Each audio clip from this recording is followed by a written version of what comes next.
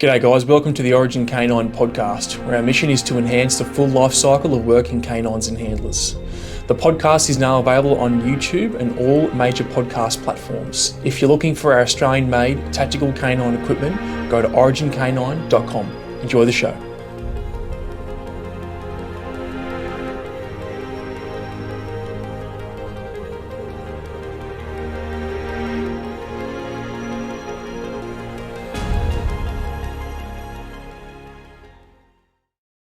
Alrighty, g'day guys. Welcome to another episode of the Origin Canine podcast. Today I've got a guest on that I've been meaning to get on for like a year and a bit. Pat, welcome, bro. Hello, thanks for having me. All good, man. Pat Stuart, sorry, I should say that, but if you're listening to this and you don't know Pat Stuart, stop listening and give yourself another cut. Dude.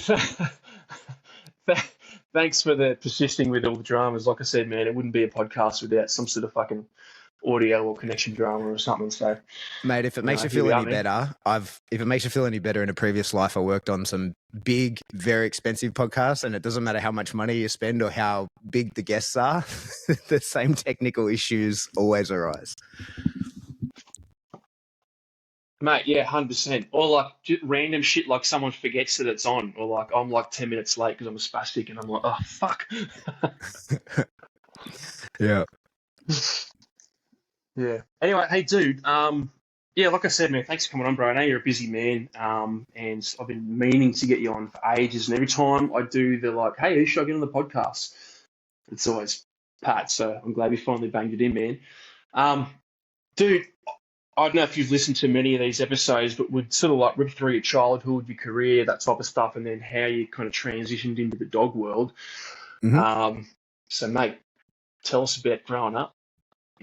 Mate, I had a great childhood. As you'd probably know, a lot of the guys from our old work tend not to be that, right? It's usually a lot of sort of broken homes that lead to the SF type guys, like that resilience building as a child usually very often ends up, through bad circumstance, very often ends up with that, very capable adult. Mine's the opposite. I had incredible parents. I'm number 4 of 5 kids.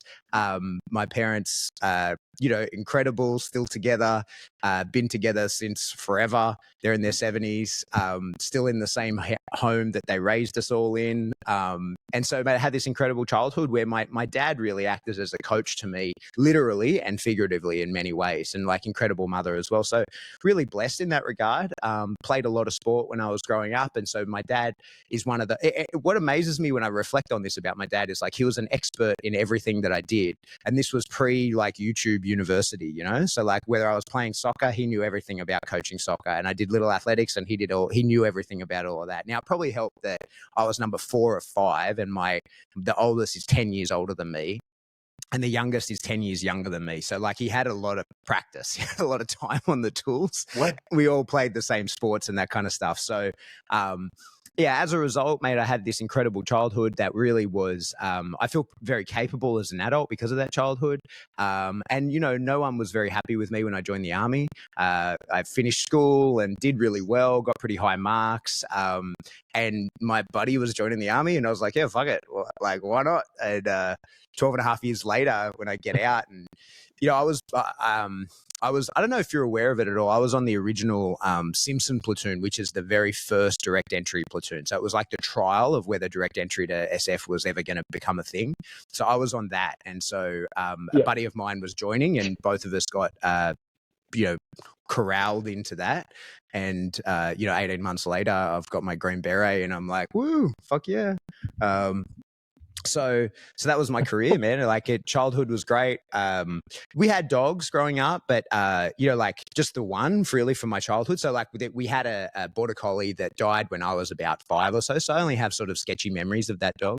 And then we had the next border collie that we got lived to be like 17. So that was my whole, my whole family upbringing with dogs was around this one border collie. And like we didn't do any dog training. It wasn't like it. We had great dogs and we lived opposite this giant park, and that was back in the days. I'm 40, right? So it's not like it's a long time ago, but it's long enough ago that dogs were pretty free, right? Like that dog lived on our front step rather than our backyard. and we lived opposite a park, and the dog would just take itself out and live its best life, and all that kind of stuff. And so I didn't have this big grounding in dogs. It wasn't until, like, I was always interested in dogs, enjoyed their company, liked training, but not with any particular skill or anything like that. My sister became a vet nurse as soon as she finished school, my younger sister, and so she was actually the family expert on dogs, and she was into it. And it wasn't until a deployment in 2008 when I saw my first military working dog. It wasn't one of ours. It was an American one. And I saw it and its capabilities and was like, I like this. I want to be involved in this. And it was a force multiplier. I was the Afghan Army LO, so it wasn't part of the main task force. It was, an offshoot to the side, and I was working with an American guy, had his dog, and it just became something that I was super interested in. And that's sort of how I ended up in dogs, in that it wasn't a big family thing. It was that I saw it and was like, I want to learn more about this. And at the time, me and my wife had this really old dog. And so I couldn't train. So it was theory for me. It was just deep down the rabbit hole of learning as much as I possibly could. And not too long after, that dog died. And again, like just a super old border collie. I think he was 15 or something like that by the time he kicked it. And so that's when the real journey for dog training started for me. Once I was in, and we didn't have dogs at the unit at that time, and so it was me and others, and I was only a very small part of it. I wouldn't want to talk up my involvement, but it was me and others that petitioned and did the work and was like, hey, we need dogs. I've seen the capability, I've seen them perform, I've seen what they can provide us, and we need to bring these into our unit. And like, not to talk up my involvement in that, it was a very, very small piece compared to others, but that was the catalyst, for my involvement in dogs. Yeah, hectic, man. There's a lot to bite off there. So just quickly back to your childhood. Where did you grow up? Which city? Which state?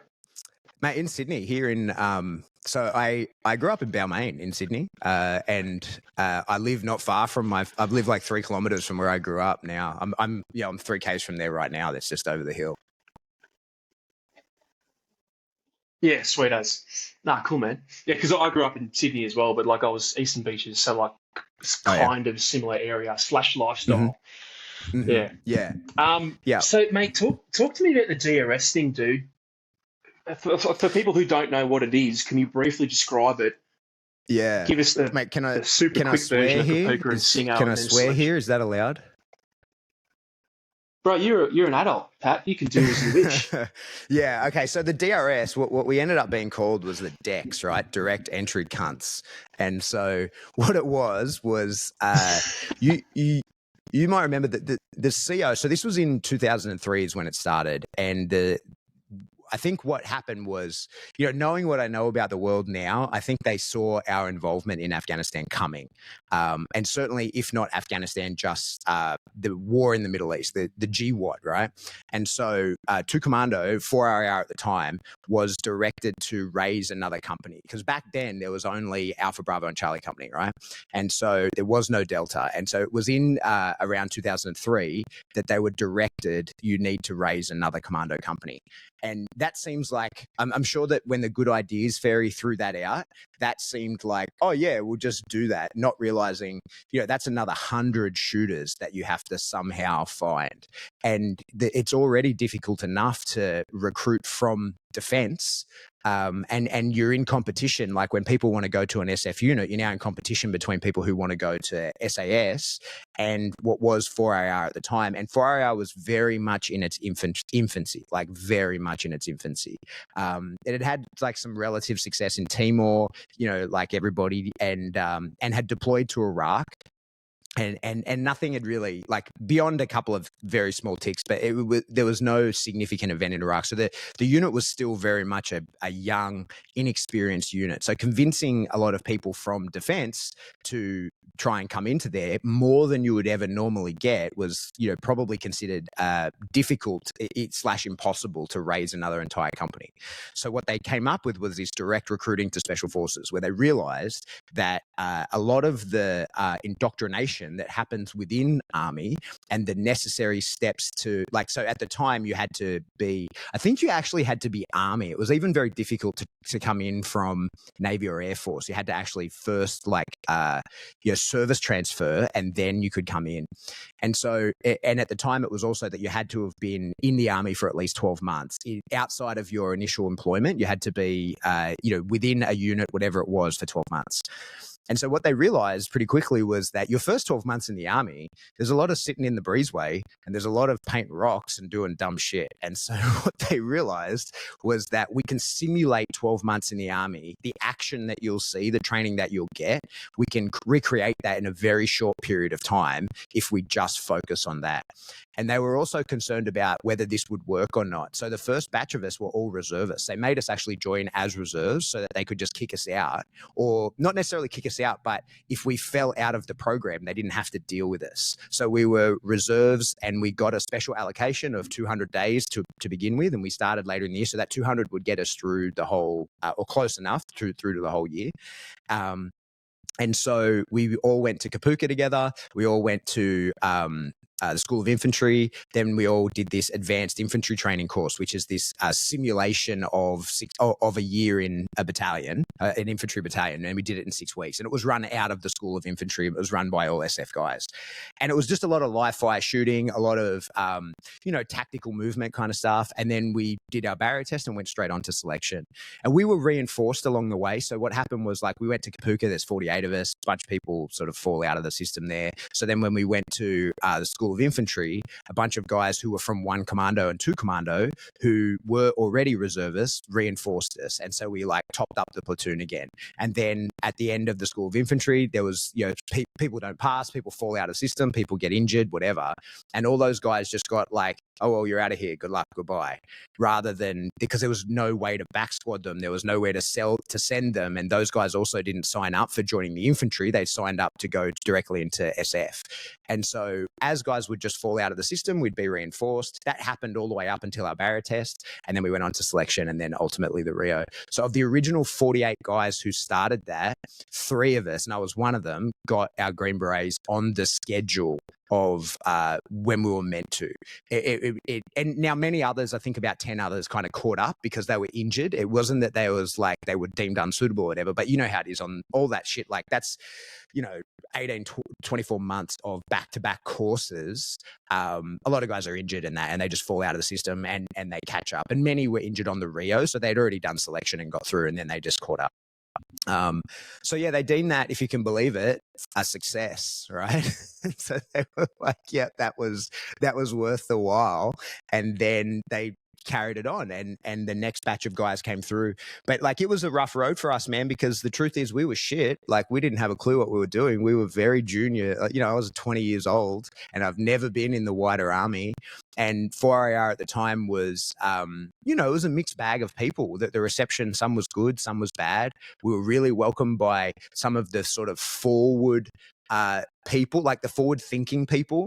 And it's one of the reasons why, I won't say his full name, but Jamie, who runs the range. That's why I have such a deep love for Jamie, because he was an instructor on my selection, right? And Jamie, we were treated pretty poorly, as you meant to be on selection, and he did the good job of treating us poorly like you're meant to. But what he did really, really well, and I'll always love Jamie for this, is he nurtured me and others, because he's a forward-thinking guy who was these guys are going to run the unit. These guys are the ones that we need. We have to raise this. And so treating these guys poorly and sort of hating on them for backdooring it, which is essentially what we did, right? We kind of cheated the system by going into SF, and no one had ever done that before. Rather than holding any resent for that, Jamie, in fact, was, and others, not to say, but I'll say his name, was incredibly supportive. And so we had that, and we had great mentors, and we had great nurturers, and then we went on to be that. And truth is, of all those guys that went through, there's only one left in still, who's a warrant officer, and but most of us kind of fell out along the way. Everybody did at least their remaining 4 years or whatever. I ended up doing 12 and a half. I was sort of in the mid range of when I left. And most of us went out injured. That's the, as you know, mate, that's kind of the inevitable, the trajectory of being in when you're in an SF unit, the probability of a medical discharge on a long enough timeline eventually drops to 0, right? It's going to happen. And so what's interesting though, mate, is like when you look at those original direct entry crews, when you look at what those guys do now, there's a really eclectic group. Like, and I'm still very tight with the guys that I went through with, formed a very, very strong bond with, and not even just the guys that I started at Kapuka with, but the guys that we brought in along the way. And so, like, Mooney, for example, lives next door to me, is married to my wife's best friend. We work together. So like, we've maintained this incredible lifelong friendship with a bunch of those guys who I went through with. And I think there's some magic to that. I don't know why that happened. I don't know how that happened because, I've seen plenty of Rios. I've put through plenty of Rios. I've seen other people go to other units and do their Rio. And there's a tightness with the people you do selection with and your Rio with for a period. But then eventually, like you just drift apart from those people. But 20 years later, and it's 20 years for us this year, we're as tight as ever. So that's been one of the when people talk about like army time and whatever, that's for me certainly one of the greatest things that came of my army service is the experiences I had for sure, but the people that I had them with and the lifelong connection that I've been able to maintain with some of those people. And as I say, of the crew that I went through with, there's only one left in the army. And the rest there's plenty of, other government agency people doing things, but like only one left in the actual army. And, but a lot of, there's sales guys and engineers and, like you name it, there's this broad spectrum. Some still in the sort of defense network doing defensey type stuff, even if it's not in defense. And then others like, and I put like one toe in that bus myself. Like I train a lot of military dogs and I still deal, because of my military history, I get access to military staff. But, some of them are completely outside, like doing things that you would never even believe that they were ever in the army, let alone what they did. So for me, that was the best thing about that DRS. And look, as you know, mate, because you're a deck as well, right? Is that how you came through, or are you in the wider army? No, I was wider army first. Oh, Yeah. you were, right? Yeah, sorry, mate, I didn't know. That direct entry scheme is a huge success. A lot of the now very key figures at the unit are direct entry guys. Because say my course was 20 years ago, and they immediately, when they realized it was a success, ran a lot of them. There were like 2 intakes a year for the first 3 or 4 years, I think. And so a lot of those guys are now your senior team leaders. They're your CSMs. They're your so they're in those very senior positions. And one of the things that certainly came of it is there's an indoctrination in the army, right? Like, as you know, there's an indoctrination everywhere. But what definitely I observed in my time is that the earlier you can get your hands on people, the better the indoctrination to what we want of them is, right? So they don't bring in baggage from other units and other ways of doing things. You can get your hands on them right away. And that certainly, like, I did 2 years at the school. I can't remember, it's called SOTEC or something now, but when I was there, it's a Special Forces Training Center. So did 2 years putting through Rios, ran the course, trained the guys start to finish. And what I always found when I did that was the guys who were from wider army, and certainly the more experience they had, that was a bit of a double-edged weapon, because certainly it helped in a lot of ways. They're more experienced. They just know how to be a soldier better than the direct entry guys, who are still really learning how to be a soldier. But what the direct entry guys don't have is any baggage about like how to do things. They're a clean slate, and you can teach them, this is how we do it here. And what I found with guys who come from, you've been in the infantry for 8 years at 1RAR or something like that, and they've certainly got a really high skill set, but sometimes just the techniques, the tactics, the way that they engage, like all that kind of stuff is just a little bit of baggage from how they do it at 1RAR. And so not that there's anything wrong with that, but it's different to how we do things here. So there's an unlearning that has to happen before the learning. And so what I found with the direct entry guys, and certainly what definitely was the case with me, was I didn't know shit. So it was all new learning. There was nothing to unlearn. I don't know anything about this stuff. I'm fresh out of high school. I don't know anything. And so that's why I think that program was such a success. Yeah. Obviously, you've kind of alluded to it there. It was partly because of I hesitate to use the word diversity, but like the diversity of your experience, and you're a bit more open-minded as opposed to Like the 1 hour guy, when things get hard, he sort of goes, "Oh, I'm going to go back to what we did at 1 hour."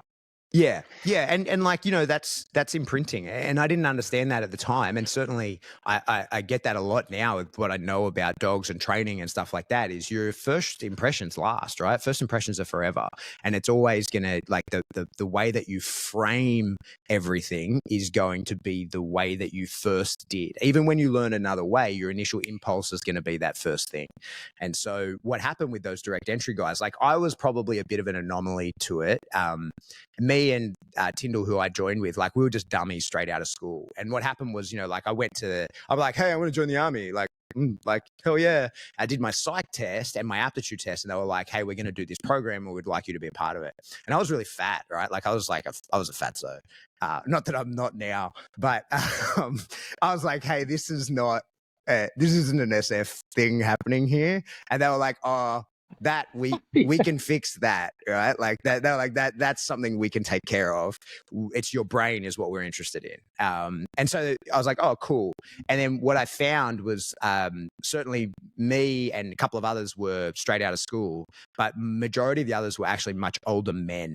Like they were in their mid-20s. They'd lived a life. They'd done other stuff. They were builders and lawyers and accountants and all kinds of shit you wouldn't believe, right? And that came into that unit as like, yeah, I'm going to do something else. And a lot of them were the kind of guy who, they did well in school. They went to uni because their parents told them they had to. They got a career in that they fucking hated. And then were like, I've done all the things. I've ticked all the boxes that I'm meant to tick as an adult, and I'm not happy about it. Where's the adventure? And mate, like I don't know if you know the history very well, but like of the first 5 years of the decks that came through, there were some pretty incredible people. Like there were professional sportsmen. Like Hodgie was an NRL player, right? Griffo was a doctor, like an actual trauma surgeon. And when he tried to join the army, they were like, "Oh, sweet, like you're an officer now and you'll be a doctor." He's like, "Nah, I'm joining as a digger, and I'm not doing any doctoring." Which is wild to spend that long training to be a surgeon and then just go, "Nah, I'm joining the army and I'm not interested in doing this." And they made classic army. They made him do his CFA course, right? So like he's 10 years of training, 10 years of training. And they're like, nah, mate, you got to do this 2 weeks of like managing heat injuries and putting in a cannula and shit. The diggers at the book know how to keep cool. Yeah, exactly, mate. Yeah. So it's a cool system, and look, I'm really out of the loop on all of that now. I don't know how often they run them, and I don't know, I don't know the state of all of that kind of stuff at the moment. But what I know is it was deemed a huge success. And certainly observationally, from my point of view, it was. And like I said, I was in the unit for a pretty long time, 12 and a half years, attained like a pretty senior position in the unit, despite not having like a very senior rank. And like my observation was that a lot of the DRS guys worked. It's certainly like key figures in the unit because they had more than a loyalty to the country and the army in a whole and defense as a whole, but they had a loyalty to that unit because that's all they actually knew. And that's a double-edged weapon in and of itself, mate. Like, when I did my sub 1 for corporal, it was the first time I'd done anything outside of SF since going to Kapuka. And so, like, it was just an eye-opener. I'd never worked with women in the army. I'd never done real army stuff. I didn't really even remember how to use a steyr because I hadn't touched one since School of Infantry. So just sort of basic stuff that I just didn't know how to do. And like wearing a uniform and doing drill and all that kind of stuff. I was like, I don't know how to do any of this. It was actually quite humbling. But what I do know is I didn't waste any of my brain power on this stuff. I know how to be a commando, and I know very well how to be a commando. And that's all I've lived, eat, slept, just that's been my whole life for up until that period. So the double-edged weapon, there was certainly, cause to get people into the bigger army just to see what it's like. I think that's one of the things that I observed. I didn't leave the army. Like when I left the unit, it was to go to the training center for SF. So it doesn't really count, right? But like when you see guys who, they hit a certain rank and have to go to a posting somewhere else, it's traumatic for them, right? Because they'll turn up that, as a sergeant. Fucking to big run a shot. platoon. Yeah, and you turn up as a sergeant to run a platoon of people that are nothing like the people that you've prepared for your whole life to be in command of. Yeah, and certainly like that's like I was a sniper platoon sergeant at one point, right, in the tag, and that's like the easiest job in the world. It's a bunch of snipers who like just are super motivated, independent guys who just want to be good at their job. So like there isn't an easier group of people to manage. Like it's hard to get them to do their admin sometimes, but like they're all super motivated, super into it. So like as a platoon sergeant there, you're not really doing anything other than just the admin for people that it's your job to do, right? Whereas then you then get posted to some training center and you've never been in the wider army and you're the platoon sergeant there. And these are people that are like not of the same caliber as what you've been indoctrinated to understand. So yeah, that's a struggle for some guys. I've certainly seen that, and I'm glad that I got to avoid that. Yeah. No, yeah, like, oh, Sergeant, I've forgotten my pants. You're like, the fuck is wrong with you? Exactly. Yeah. Yeah. I never had to deal with that. Yeah. So, mate, talk us through just real briefly before we get onto your first trip. Talk us through what was the unit like at that time? Those because obviously I wouldn't know. What was it like in those early days? Those sort of like wearing all blacks, MP5 tags sort of stuff. What was it Yeah. like? Was it a bit old school Mate, now that you think back? yeah. Well, it was different, right? So when I first got there, the tag had just been raised. And, the history of it is that 2 4RAR split and 2 RAR went and became an infantry unit or stayed an infantry unit, and 4 RAR became this commando unit. And that was sort of, again, that was a government directive of like, we need a second SF unit. And, a bunch of SAS guys were put into that unit to attempt to sort of, teach these guys who were formerly just 2 4RAR guys how to be an SF. Like, what is that? What is this new unit going to be? And there was also, like what had existed for a long time as 1 and 2 companies. So the reservist commandos, right? So a lot of them were given the opportunity to transfer over and become full-time to act as the Carter staff, as well as, like something that resembling like continuous full-time service. So like come in for 12 months and help us train these guys to be that. But similarly, what happened was, a lot of the army saw 4RAR as a way to dump your idiots because it was like this new unit and it's going to be this new SF thing. And so for a long time, it was known as a dumping ground because like the CO of 2-4, when that splits, he's not giving up the good guys to go to this new unit, right? He's keeping his good guys for himself, and it's the fuck ups that get sent to the other place. So there was a lot of people who were straight fuck ups, like it was a disaster. But there were also these like really good people. So it had like a tumultuous beginning. And that was in, like the very late 90s. So by the time I got there in 2003, that was kind of, there was a hangover from that, but that was gone. And the unit was starting to get its act together and be taken much more seriously. And a lot of the people who were sort of dumped there had either self-selected or been selected out, So by the time I got there, the tag had been raised. And when I got there, they just got back from Iraq, the one trip that happened in Iraq. But Afghanistan wasn't on the horizon just yet. That didn't happen until 2005, rotation 1. So the tag was the cool, right? Like that was the place. If you weren't in the tag, you were nothing. And the tag was Charlie Company, and they wore black and they got paid more because they got paid. It was significantly more. I can't remember what it was, but it was like quite a lot more money than everybody else. They got paid because of their short notice to move and all that kind of stuff, right? And so it was the place to be. It's where everybody wanted to be. And the Rio back then included like your what was called your CUO course, your Commando Urban Operators course. And that had what they called like a basic CQB component. And then secondary to that, like later in your career, you would do your advanced CQB course. And that was still run in Perth, right? So because we didn't even have a full scale room floor combat range. The room floor combat range back then was... Mate, it was just 4 rooms and like it was dog shit. I mean, like a lot of good training happened in there, but it was just whacked together, so we didn't have the infrastructure, we didn't have the facility. So your CQB course was run, the first 2 weeks was run at at Luscombe in the 25-meter range, just doing all the shooting. But then by the time you go to the room floor combat stuff, you had to go to Perth to do it, to use SAS's stuff. So it was a real separation. And what would happen, the tag back then was trickle fed. So you, like, 4 guys a year, maybe, right? Maybe 6 guys a year would go onto the tag. And what would usually happen would be, like, the team commanders would rotate out. So the team commanders in the tag would come back to the green rolls, and they would then be, you know, like, pass on all the knowledge, because they had the funding, they had the access, they had the facilities, tag had everything, right? Better than everybody else. And so that what the plan was, and what did happen, was that the team commanders would rotate out, they'd go back to the green rolls and then lift the standard of the green rolls, because you've got this super experienced now team commander come back in.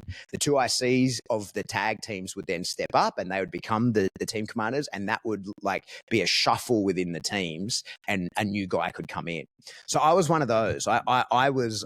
It's one of my claims to fame, right? Is that I was on the tag back when the tag was black, right? And it was the trickle, and I was, like, right at the back end of the trickle. I think I was one of the, like, maybe second or third last trickle rotations, because it was just like, so with mine, I did my CQB course. There's like 25 people that did it. We go to Perth. I think about half passed. It was like being on selection again. It was a whole nother, like, you're back to wearing a number and getting put through the ringer, even though you've been in the unit and you've deployed, you know what I mean? Like, you've been, like, like, had I already been overseas? Yeah, I'd already been to Afghanistan. I'd already done a rotation, and then I'm back on a course being treated like I don't know shit again, right? Because you don't, about tag stuff.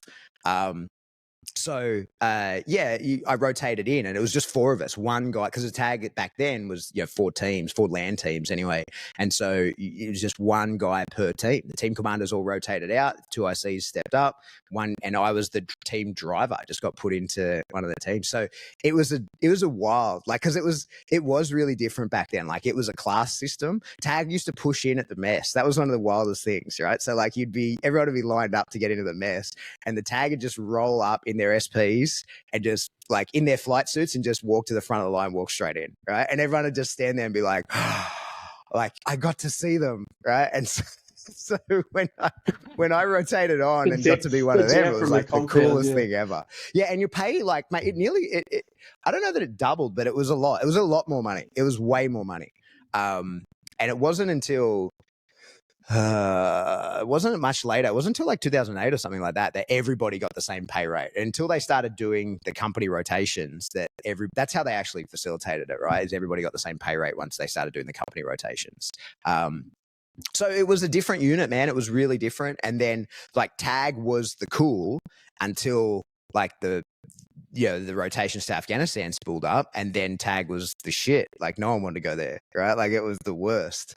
But I went there in this, like, lull in the battle, because when we signed up to go to Afghanistan, it was just 3 rotations is all they signed on for, right? So 1, 2, and 3, and I was on 1, and then I came home while rotation 2 was happening, was when Timor spooled up, and then once I got back from Timor and did sub 1, then I went on to my ACQB course. So it was, like, right at the back end of rotation 3, and there was no plan for rotation 4. There was, like, this, probably, I can't remember the dates, but it might have been 12-month gap or something where we were not there, right? And so that's why, like, the war's over from our point of view, like, being on the tag is cool again, right? So there was, like, when I arrived there, it was just cool again, and I was mega cool because I'd already been to Afghanistan.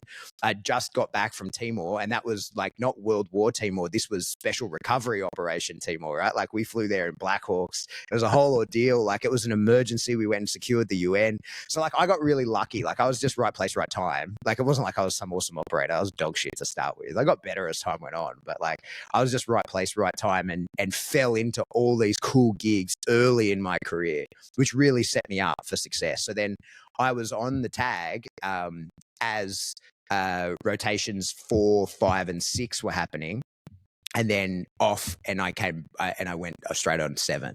And so that was, like, I just had this amazing stellar career, to be honest. And like, for me, it worked out so well, and that's why I agreed. So like on rotation 7, I was the A and ALO, and it was, dude, it was a wild trip. Like it was that was a hectic job to do.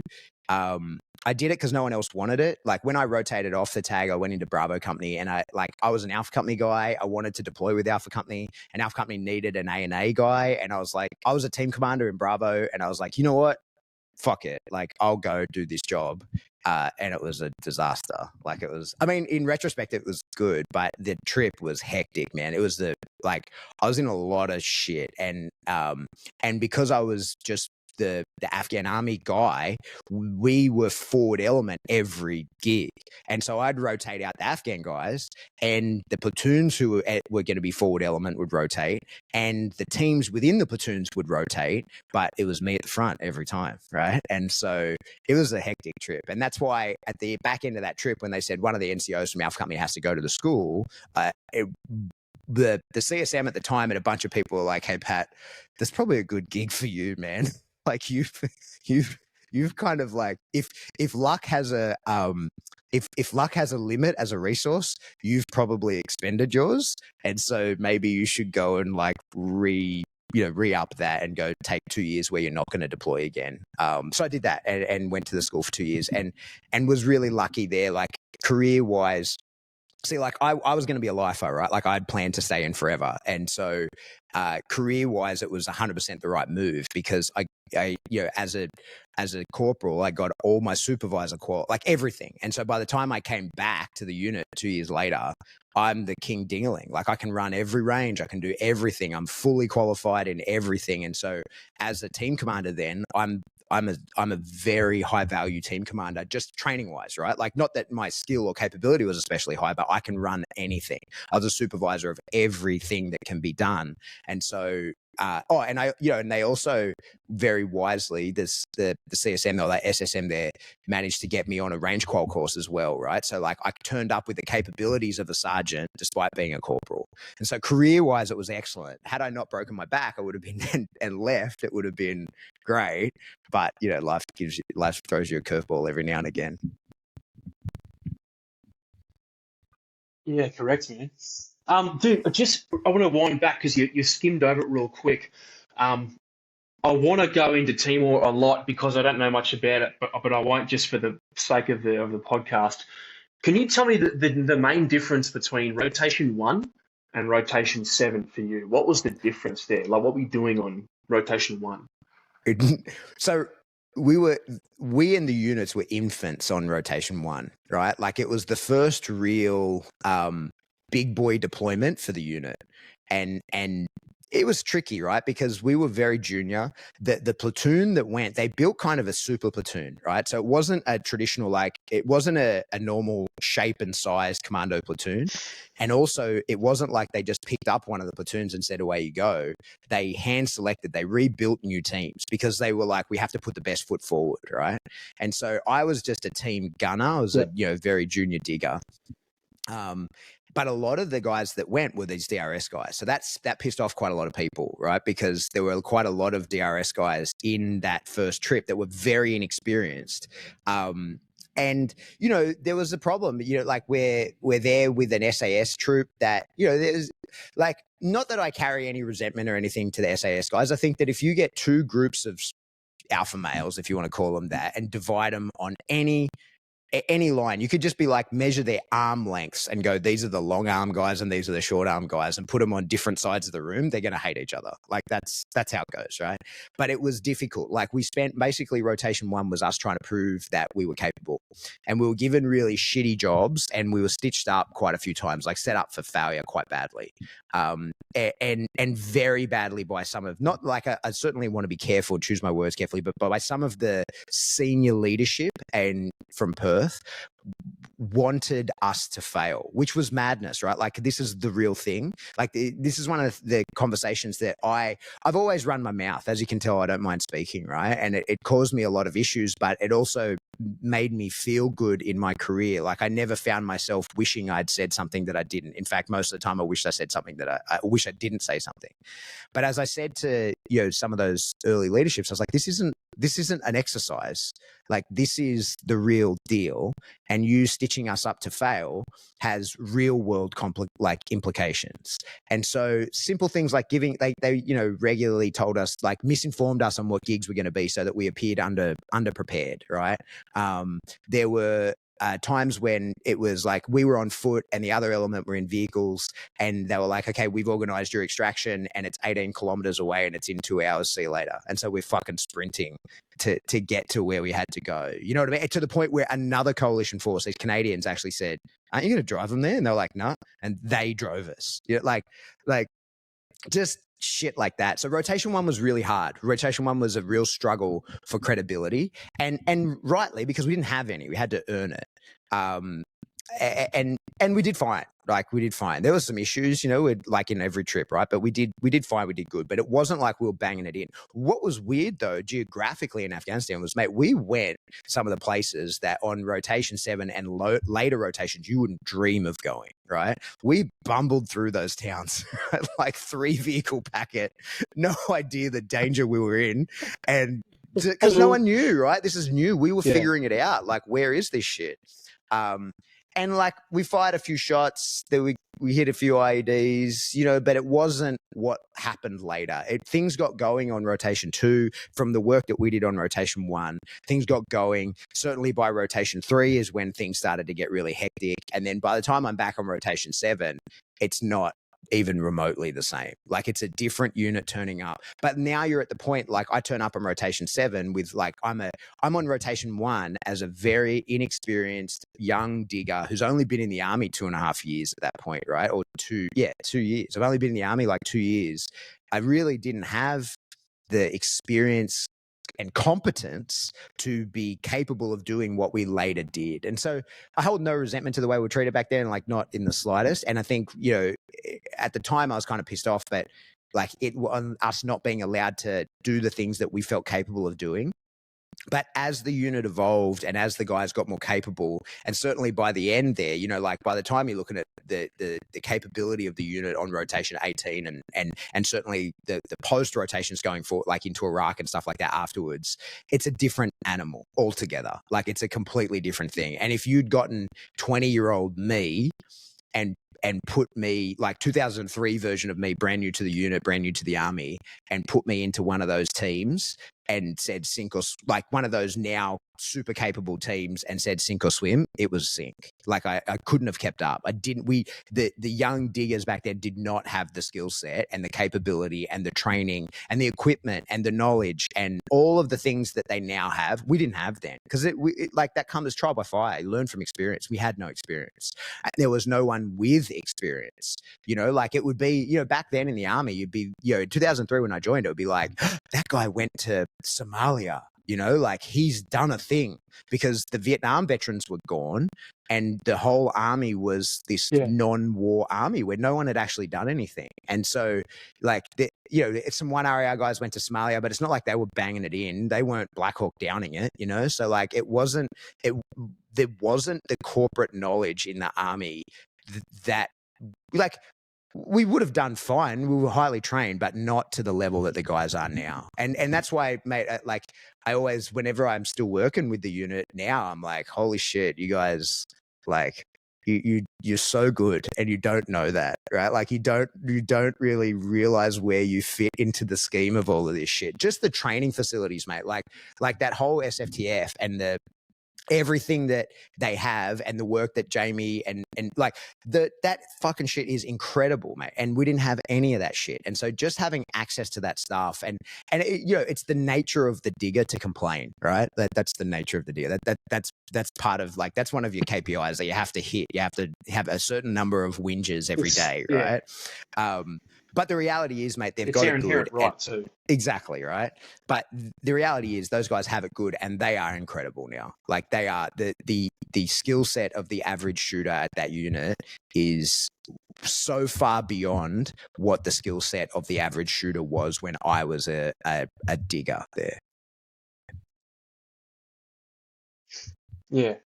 That's awesome, man. And obviously, you would have evolved as the unit evolved too, right? Because you only left in 2015, I think you said. Yeah, that's right. Yeah. So yeah, of course. Like you sink or swim, you keep up. Like for me, it was we just didn't have it. We just didn't have it, man. It was like, you know, when we turned up, we just like we didn't know what we're doing. We're kids. We didn't know shit, you know. And so, um, and there wasn't necessarily a lot of people who were willing, capable, and able to help us. So I think that's one of the things is now not only are people willing, capable, and able, but they exist, right? Like there's tons of corporate knowledge in the unit that, you know, if through experience, through deployments, through the training opportunities that we've had, and through the success of the deployments that we did, now have access to other units and training to yeah, like because we work with units now that wouldn't have worked with us in the past. We had no track record. They were like, "Who are you guys? What capabilities do you have? Like, show me your course reports. Like, what are you capable of?"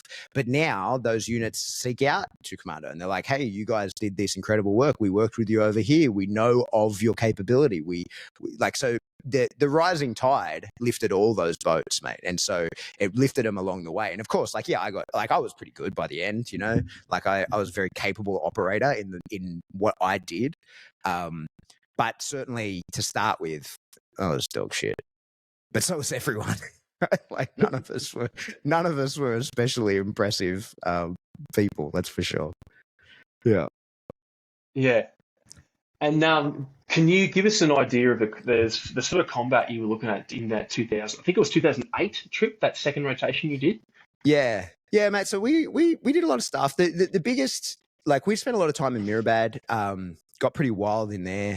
The you know, sort of for me, the most memorable operations that we did on that trip was what was affectionately referred to as Operation Tethered Goat, which was me and another guy, and I think it was 8 or maybe it's 12. I can't remember. Afghan army guys just bumbling through Mirabad waiting to get lit up. And because we were like, you know, drawing fire, right? And so we were just basically waiting to get ambushed so that we could be rescued. So that was an exciting time. But then on that rotation is when we did the Kajaki turbine install. So that was really the highlight of that trip. That was the first time that the unit went into Helmand, and the gist of it sort of you know, paraphrase, there's a lot more going on, but they were installing this giant turbine in the south of Kajaki. And so our job was to go to the north of Kajaki, and anybody who wants to be in a fight, our job was to be in a fight with them to stop them going down and causing problems at the install of the turbine in the south. So we spent 2 weeks just all day, every day gunfighting with these guys with no real mission other than to be in a fight with them, so that they were busy with us and too busy thinking that we were about to sort of clear through Kajaki from the north to risk losing their firepower to the north and going south and interrupting the turbine install. So that was probably the highlight of the trip. And that, like, for us was a huge thing. This is, you know, we were ammo resupping up to 3 times a day pretty regularly, right? Like it was carnage. It was, it was wild.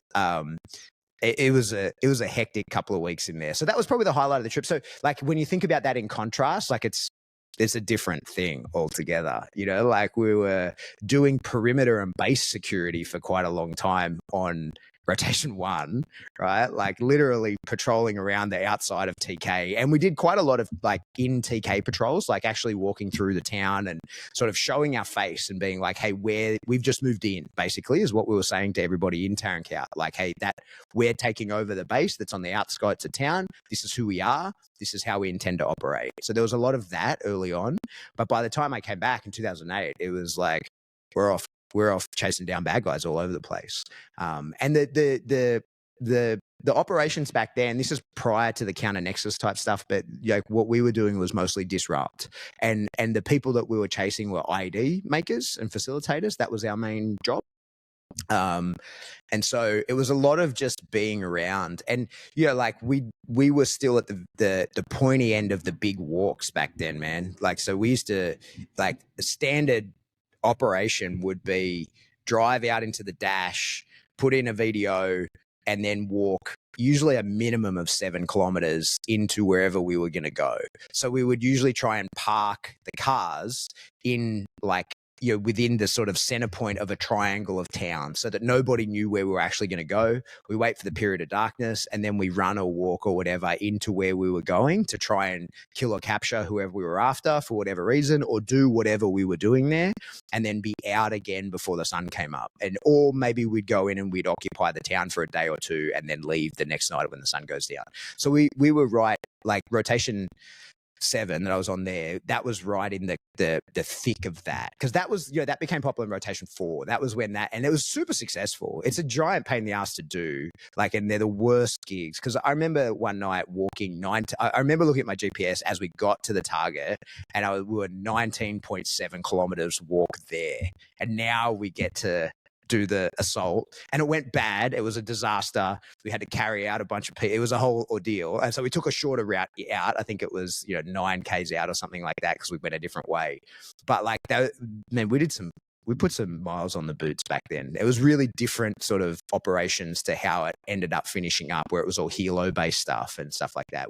It was rare for us to be in a helo on those gigs. Yeah. Because, mate, I've seen the footage from that particular trip, and it looked fucking out of control, like wild shit, man. Like massive gunfights out in the open, real close as well. Yeah, plenty of IDF stuff too. Mate, there was especially in Helmand, there was some carnage there. And we were lucky, mate. We took not many casualties. We were very lucky. On the 4th day, we hit an IED. My interpreter hit an IED and got blown up, and killed one of the Afghan guys in the same explosion. So that was that sort of set the tone for the trip. There's a lot of, I mean, I don't want to overstate it, there were plenty of trips that had plenty of things happen, but it was a busy gig. It was a busy gig. And, I won't say who the CO is because he's still in, but he was chasing his medals. He wanted to tick the box, and he got it, he did, he drove that train set into the ground, but he got his accolades for it. Yeah. Is that the same? Was Scott Ryder on that trip with you? Nah. I think okay. I think I'm thinking of the wrong trip, but I mean, around that time it was the same kind of stuff. So, yeah. Mate, we were chasing. The majority of that trip was chasing Rapier. That was the main gig. It was, he's here, let's go get him, and he's here, let's go get him, and I'm not convinced he ever existed. That's probably not a story for a podcast. Yeah, I've heard that mentioned. It's a bit of a, I wouldn't say a legend in the SF world, but it's a story that I've heard myself. So, mate, he's Kaiser Sose, fast forward, obviously. Oh, sorry, there's a delay between our thing. My video's cut out. Right. I can just hear your audio. So you're right, man. Go ahead. What are you saying? Yes. So fast forward, obviously post that trip, you've gone back onto tag's cool again. Was your next trip 2011? Nah, mate. So what happened was I came back to Australia, did 2 years at the school, and then I broke my back almost as soon as I came back to the unit in 2011. So I remained in DCT after that, and so I didn't do I did other shit, other stuff that I can't sort of go into, but I never did another rotation after 7, and not a full, SOTG rotation, because I broke my back in 2011, within the first few weeks of getting back to the unit.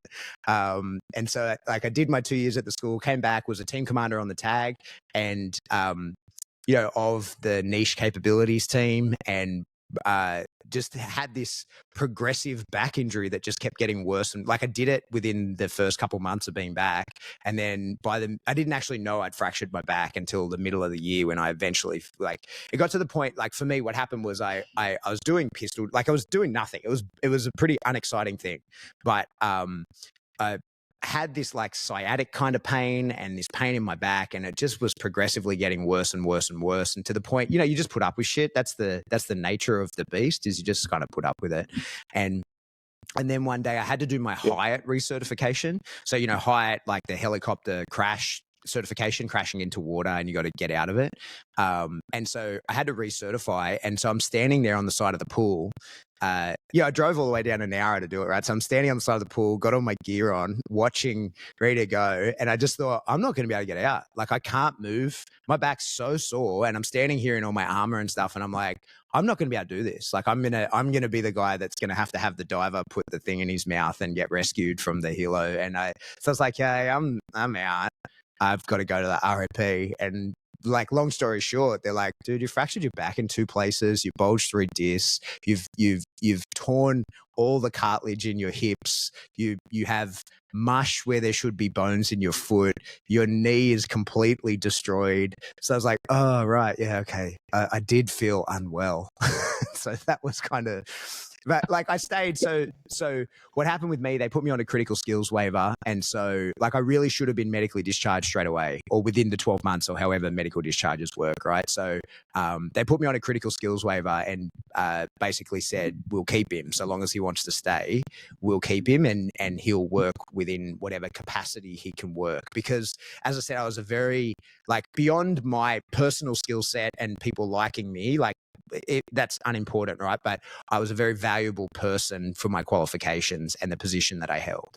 And I was, in fact, quite irreplaceable because Todd Langley was meant to replace me in the role that I was in. And then when he was killed, it was like, oh, shit. Like, you can promote someone, but you can't, that doesn't give them the capability that you need them to have. They need to have all the actual skill sets and the qualifications and stuff like that. So that's why I was allowed to stay. And so they basically told me I could stay forever, but I would be on like a reduced capacity. And there would be that role that I was in domestic counterterrorism. I could maintain for as long as I wanted to. They would keep me there and I could make it my own. And so I did that for 4 more years. But by 2015, I was like, you know what, like I'm actually, my back had kind of degraded and I was keeping doing stupid things, and it just got to the point where I managed to fall out of love with the army a fair bit at that point. Like, I managed to just be like, you know what, it's time for me to go. Yeah. So how did you get the injury in the first place? There's nothing. Like, I was doing pistol draws from an ankle holster. And so it was nothing. Like, I'd done 200 of them that day, bent over, like, it's a real fast kind of violent action to bend over, and just kind of like stood up and was like, oh, like I felt like I got struck by lightning, mate. Like, it just like, whoa, Jesus, what was that? And then it was fine. Like, I didn't realize like that was it snapping. And then there's no more pain after that because there's no way to feel that pain, right? So like and the disc bulged. And so what I have is, it's called a pars defect. So it's if you can imagine your spine, like how your vertebrae kind of stack, those wings that come off the back, they're called your pars. And on my L5, I snapped both of those. So they remained where they are. And then my actual vertebrae moved forward. So that's called a spondylolisthesis, which means like those 2 bones will never touch again. So I don't have like a skeletal core. Like, I have like a weak point at my L5. And then the movement of that vertebrae then caused the discs above and below to bulge because they have like filled that space. And so it's a bit of a pain in the ass injury because like the fracture in my spine, like in the bones, causes problems for sitting, but the bulge disc caused problems for standing. So there's nowhere for me. Like, there isn't. They have like opposite issues. And then, like, I'm sure you would have experienced the same, mate. Like, once you're no longer doing the things and you start admitting what's hurting, then you start realizing like, oh, I'm actually badly broken in a lot of other ways that I just wasn't admitting. And when you stop training and you're no longer doing all the things, that's when I was like, man, my hips are bad. And then like, I get an MRI on my hips and they're like, when did you dislocate your hips? And I'm like, what? And like, your hips have for sure both been dislocated, and like the cartilage that holds them in is completely ruined. Like, there's massive tears in all of it. And I'm like, yeah, well, there was this one IED where like I was very sore in the hips afterwards, you know what I mean? But like, just kind of, you just sort of like, oh, like, I'm okay, and you carry on. And it's not until it all falls apart that you're then like, oh, I'm badly hurt. guys, I'm in bad shape. I should probably just hang up the towel.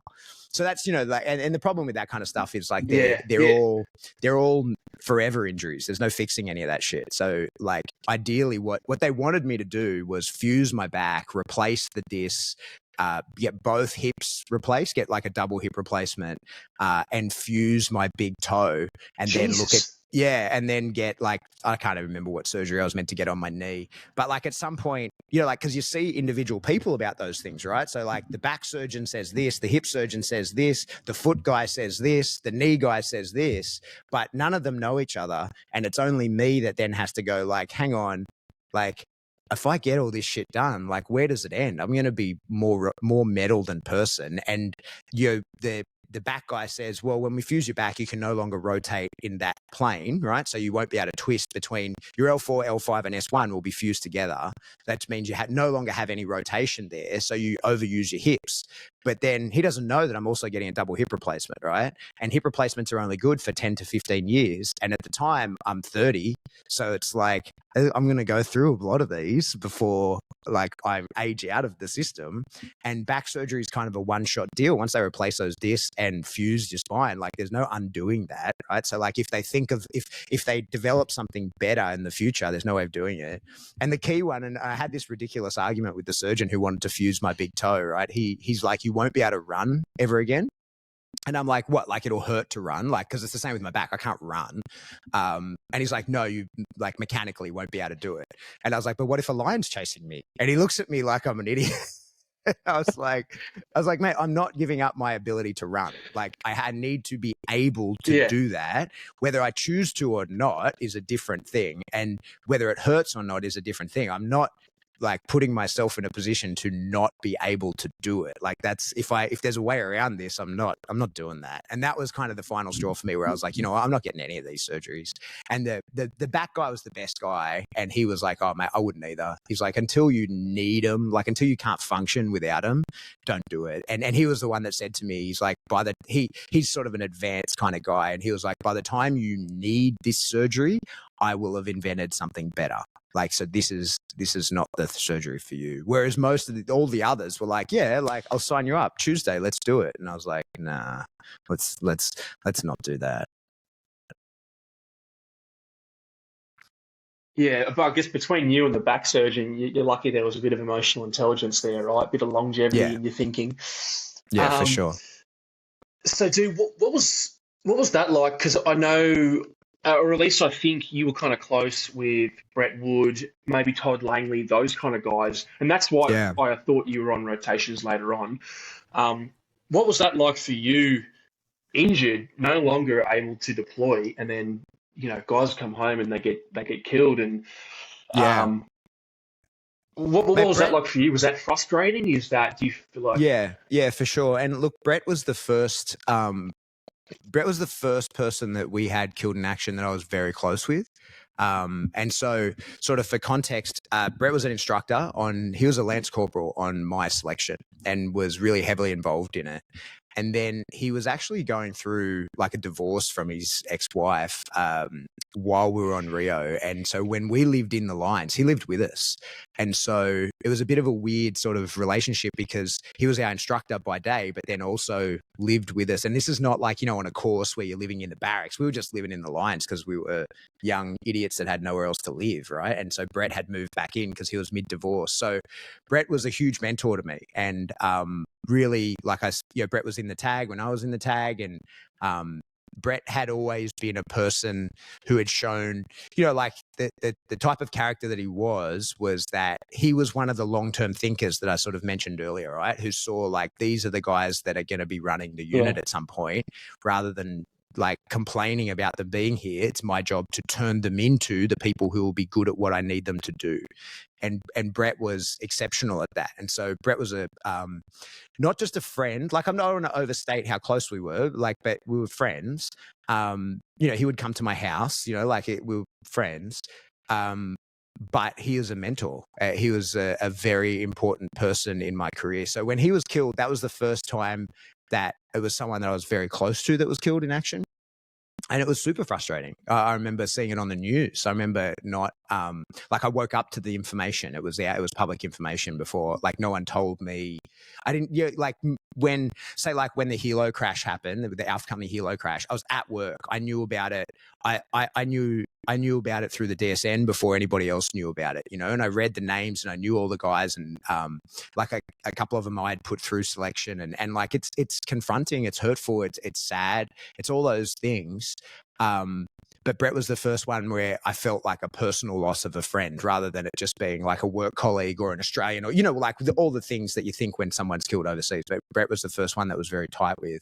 And I was good friends with Todd as well, but not to the same level, you know.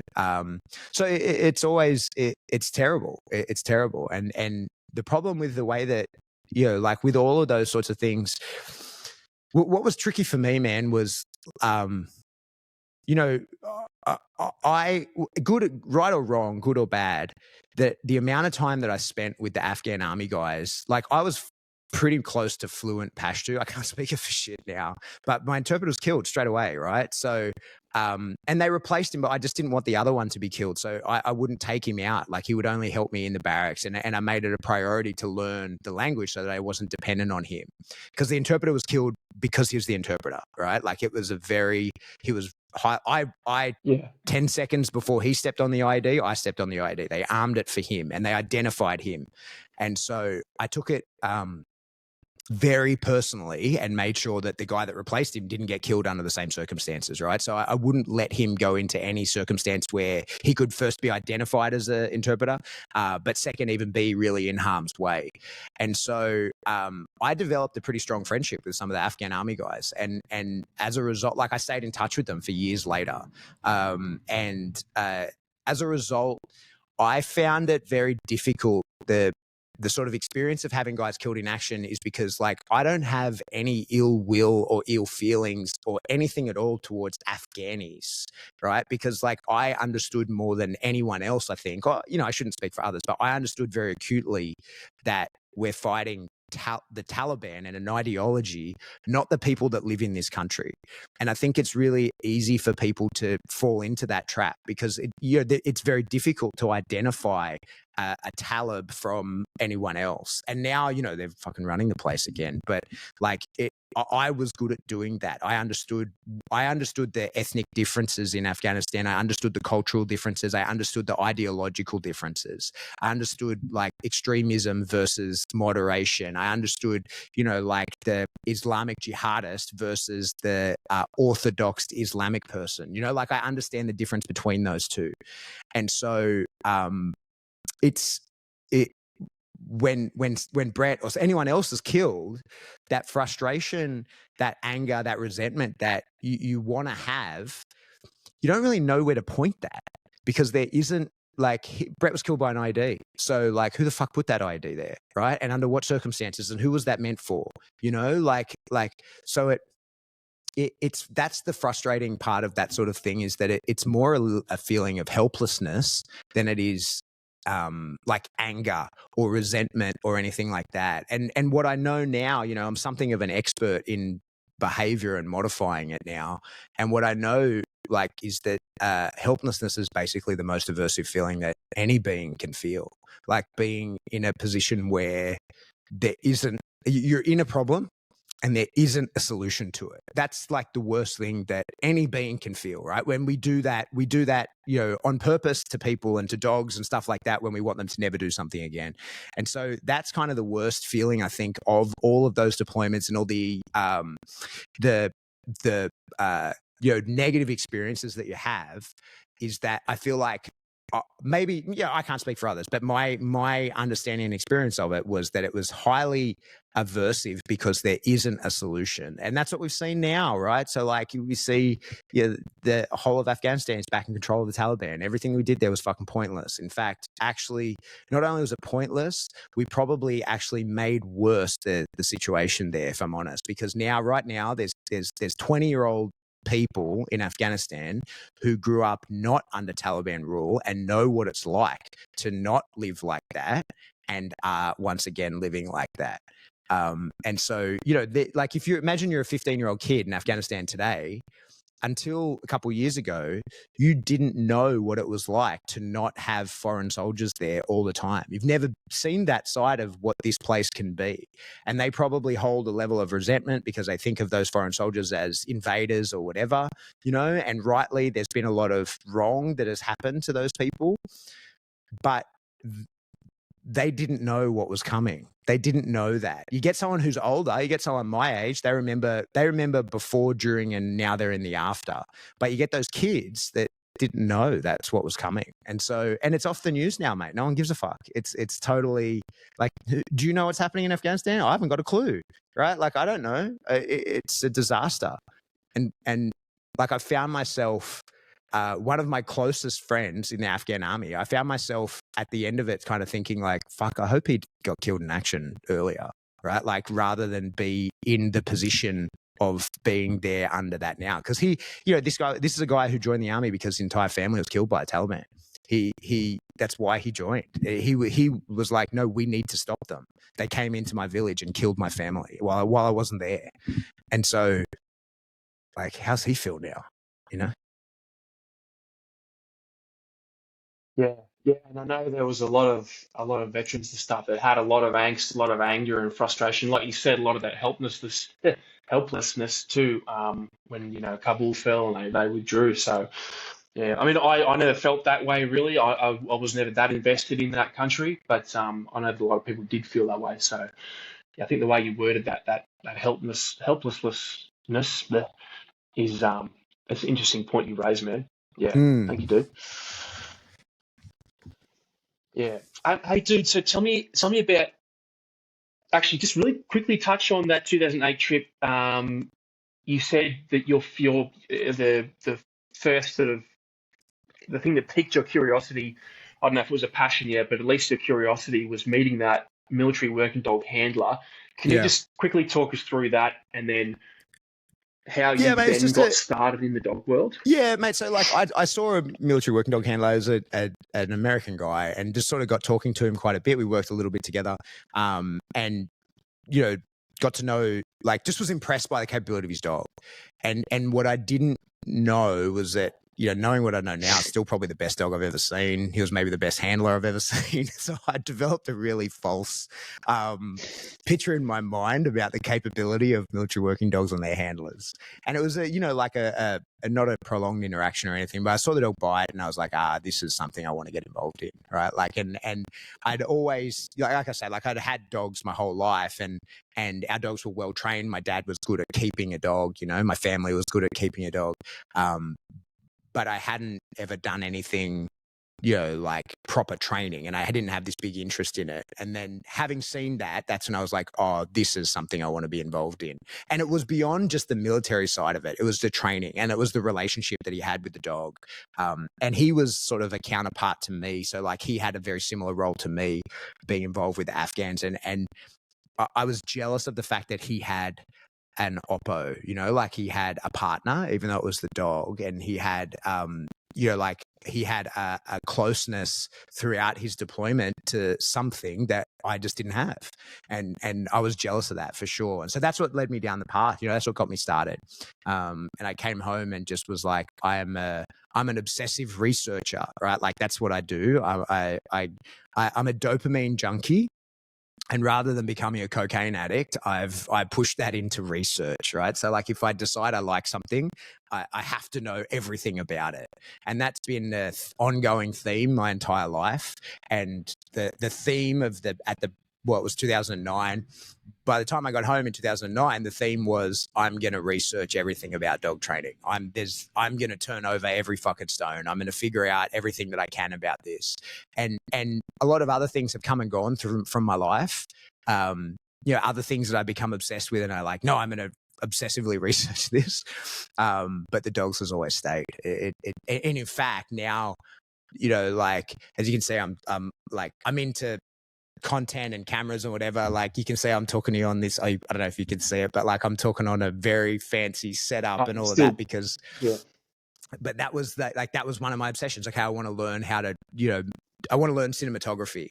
But then once I understood that, I went, okay, how do I apply this to my dogs?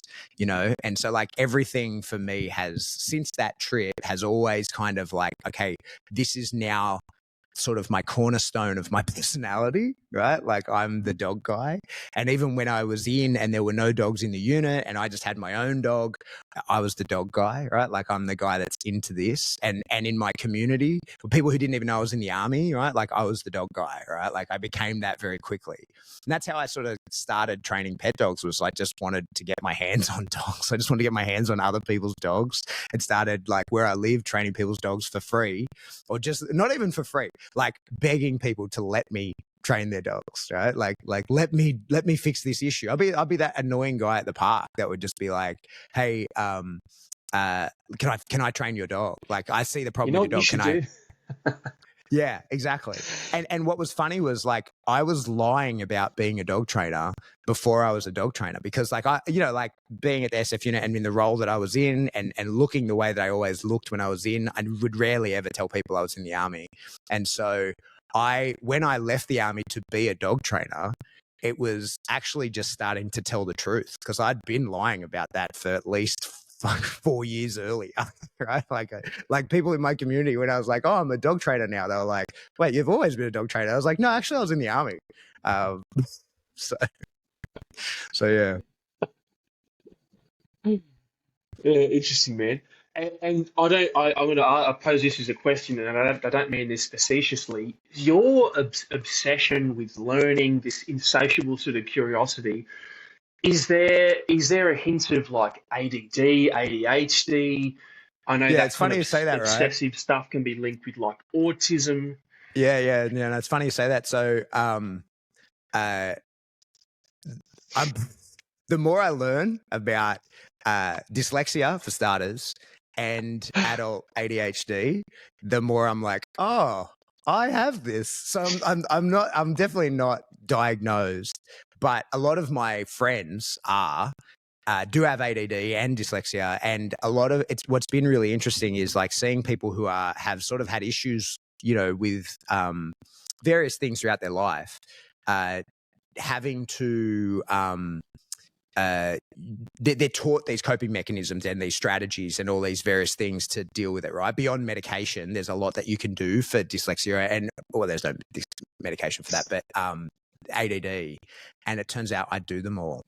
And so I think I've been self-treating that. So like one of the things is like I do the like bullet journal thing, right? It's here.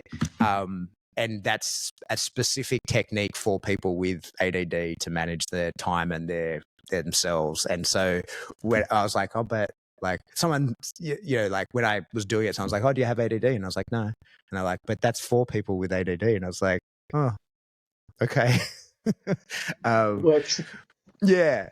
And so like I definitely have hyperfixation issues. I have lots of stuff. But I think, mate, like when you look at the people successful in any SF unit like ours, they're all that. They're all that. You don't survive without some sort of very peculiar obsessions and the ability to hyperfixate at the cost of all other stimulus. And I think that you know, like for me, and I think when we talk to civilians, this is usually a rare trait of a person that they encounter. But, you know, remember, like all my good friends were SF guys, and I joined straight out of school, right? So like all my adult friends are the same as me. So I didn't realize how rare a lot of these traits are in people, because everyone I knew had these traits. But the ability to hyperfixate, but not in a you know, not in a like a problematic way, like in a manageable way. The ability to hyperfixate, but also what happens for me, and I know it's for many others, I'd be interested in your, you know, opinion, is that I find the normal world, the easy world when things are going great, I find that quite stressful. I like, for me, just existing normally in peace is difficult. But when the more stressful things get and the more chaotic and hectic, the easier things become for me. And so like I am very comfortable at a very high state of stress, and I perform best at a very high state of stress. I'm an inherently lazy person, right? And I used to think that I was a procrastinator. I was that guy that would do, Guilty. yeah, and like I would do my homework, like, you get a 6-week assignment at school, and I'd be doing it on the bus on the way to school the day it's due, right? Like, and as a Parkinson's law, child, yeah. you're told you're a piece of shit, you're a procrastinator, you don't put in the work, all those sorts of things. But what I know now is that I perform under pressure. I don't perform without the pressure. So I had to wait. Like, if I had incrementally done that assignment bit by bit over 6 weeks, it would have been nowhere near as good as when I put myself in the ringer and I'm like, you have to get it done in the next hour and a half. And the product that I can produce in that hour and a half under stress is better than what I can produce over 6 weeks without that stress. And so I know that of myself now. Like, I used to think it was a real flaw in my character. And it probably is, but I know how to use it appropriately. Like, I know how to lean into it. I know how to manage it, and I know how to create those situations for myself without the stress having to be problematic. Like, and stress that like what I certainly don't want to be interpreted as like a person that creates drama, right? Because like I'm totally the opposite of that. I don't want drama in my life, but what I need is stress, and like stress of deadlines is how I tend to achieve that, right? So like I'm here now in my facility that I rent at $6,500 a month, trying to film a new course that I actually only have, in reality, about 10 hours a week to actually do that work. And so I'm under this enormous amount of stress, in that I've dropped $100,000 to try and make this new product that I have very little time to create. But because like I'll have it done on time. I've got a deadline of when it's going to be done, and it's going to be done, but it's nowhere near fucking done yet, because like I need that stress to be capable of doing things. And what I do under that level of pressure not only feels better to me, but the product provided is always better. Yeah. Mate, you raised so many poignant points and issues there, and the context behind that question was I spoke to Mike Nesbitt recently on the Mm-hmm. podcast, and he was talking about being diagnosed with Asperger's when he was younger, Mm-hmm. and then how that affected him, and the same thing, that hyperfixation on certain things. And I think you're right, man. It's a lot of it's about, do you have healthy outlets? Because like this is you. That's just who you are. It's not going to change, right? Don't try and sit up straight, pay attention, because you can't do that. Mm-hmm. Obsess over something, but make it a healthy thing. Yeah. And the way one of my friends described it, kind of similar to what you described in terms of stress, is he was like, it's almost like when things get a bit crazy, the world catches up to your brain, Yeah. and you can now operate at your normal level. But if things are nice, and I'm exactly the same, man, if things are peaceful, going well, I'm like, let's see how I can fuck this up. I need some chaos in my life. And, I think a lot of it's about, do you have a healthy way to express this or not? Because it's like, Yeah. if things are peaceful, you're like, I'm going to go fucking get in a punch on, or like cheat on my missus or something. Or you could be like, I'm going to find a new hobby. I'm going to start painting my little models, or learning the drums, or doing a fucking handstand or something. Yeah. And it's something personally that I've struggled with for years, man. So it's always so interesting to hear other people from our background. They're like, no, I'm exactly the same. Because I was always like, Yeah. I'm lazy, I don't pay attention, I put things off, whatever. So Yeah. Man, yeah, so like very I interesting did 2 points, bro. years. I did 2 years at the school, right? And I instructed on, so like that was 2 full Rios that I put through, and I instructed on a bunch of others, right? So like I was involved in, maybe 5 selection courses, something like that. Like, but heavily involved in 2, probably 3. And the what the personality trait of the type of person that gets into those units, one of the things I almost feel bad, like at selection, because at the kit check you can give like literally in the first 10 minutes you can give about an 80% solution on who's going to pass and fail. Like, you get some wild cards, you get some people who will surprise you, but within a few minutes you're like, this guy's got no chance. And it's not like fitness. It's definitely not that. In fact, usually that's a key criteria. When every time you get like a monster turn up, someone who's just a weapon, you know they got no chance. There's no way they're getting through, right? It's the average looking dude, but it's the personality types, and you can tell right away. And I've had, since I've been out, I've met with people who I failed on courses, and people who've failed other courses. And I feel like one of the things that I think can really, we take it for granted, right? People who get through, but one of the things that can really fuck you is getting all the way to the end of a special forces selection course and then not being picked up, right? So it's not that you were kicked off, it's not that you failed, and at the end to be told, hey man, you did everything adequately. You survived to the end, but we just don't want you, right? And I think that we don't do a good job of explaining to people why. And it's and what I know of it, because I have close friends, and people who are in my life regularly who have that's happened to them. And what I have sort of found myself explaining to some of them, not all, is it's just like, hey man, it's just your personality type didn't mesh with us. But that probably means that you're a much better person than us, because we're all fucked up. Like, we are not normal people, right? Like, we are all like this in that we are purveyors of violence, right? Like, people who have a capacity for violence beyond what you could beyond what a normal person can reasonably accept, right? Like, I am willing to, I'm a terrible fighter. I can't fight for shit. But I found myself one time saying to someone who wanted to fight me, I said, hey man, I got no interest in fighting you. And if we do fight, you'll probably beat me up. But I suggest you don't start this unless you're prepared to kill me, because I am 100% prepared to kill you. Right. And so, like, that is the different fucking personality type of the type of people. And so I found myself saying to people like, hey man, it's not that there's something wrong with you, it's that there's not something wrong with you, because because the type of personality type that fits well into that lifestyle doesn't fit well anywhere else. And that's the box that we've created for ourselves and we put ourselves in. And so, like, it's an interesting thing to have to confront later on when you're not in it anymore. And like I say, for me, it was one of the biggest struggles that I had transitioning out of the army, was because I'd only ever been around those people. And so as an adult, my entire adult life was spent in the first 12 years of my adult life. I joined when I was 19, right? So it's all around those people, and my closest friends are all those people. And you just come to think that's what a normal person is. That's how we all, and like, these are super high functioning people, but it's like, at what cost, like, this is the coping mechanisms, the strategies that you have to come up with to be that person and not be in a role like that anymore it's a difficult thing. And like, I get, I'm one of the Huberman husbands, like, I do all the bullshit. I do all the things. I'm in the sauna, I do the ice bath, I do like all the bullshit that you can do.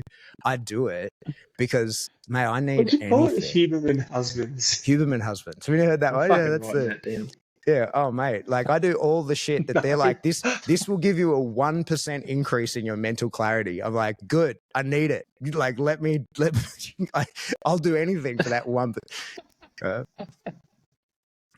So yeah, it's an interesting thing. And like I say, like, a lot of the times when I see people who didn't get in, I often say to them like, hey man, you probably dodged a bullet there, to be honest. Like, you like, don't feel bad, because it's not that you weren't up to it. It's that you weren't the right kind of crazy. Maybe a different kind of crazy, but you weren't the right kind. Yeah. Yeah, it's interesting, man. I think you've probably found some at least observably healthier and better outlets, whereas at the moment for me, I'm still kind of looking for that, if that makes sense. Like, I like, you obsess over something and then you just, like, you be the best at it. For me, I obsess over lots of things and I get bored of all of them. Mm-hmm. So I'm still in this funky place. Apart from, like, business, for example, I'm like, man, maybe I should just commit and just do that last 10% instead of just shit canning it because I'm bored and there's a new, like, I could learn to juggle instead or something.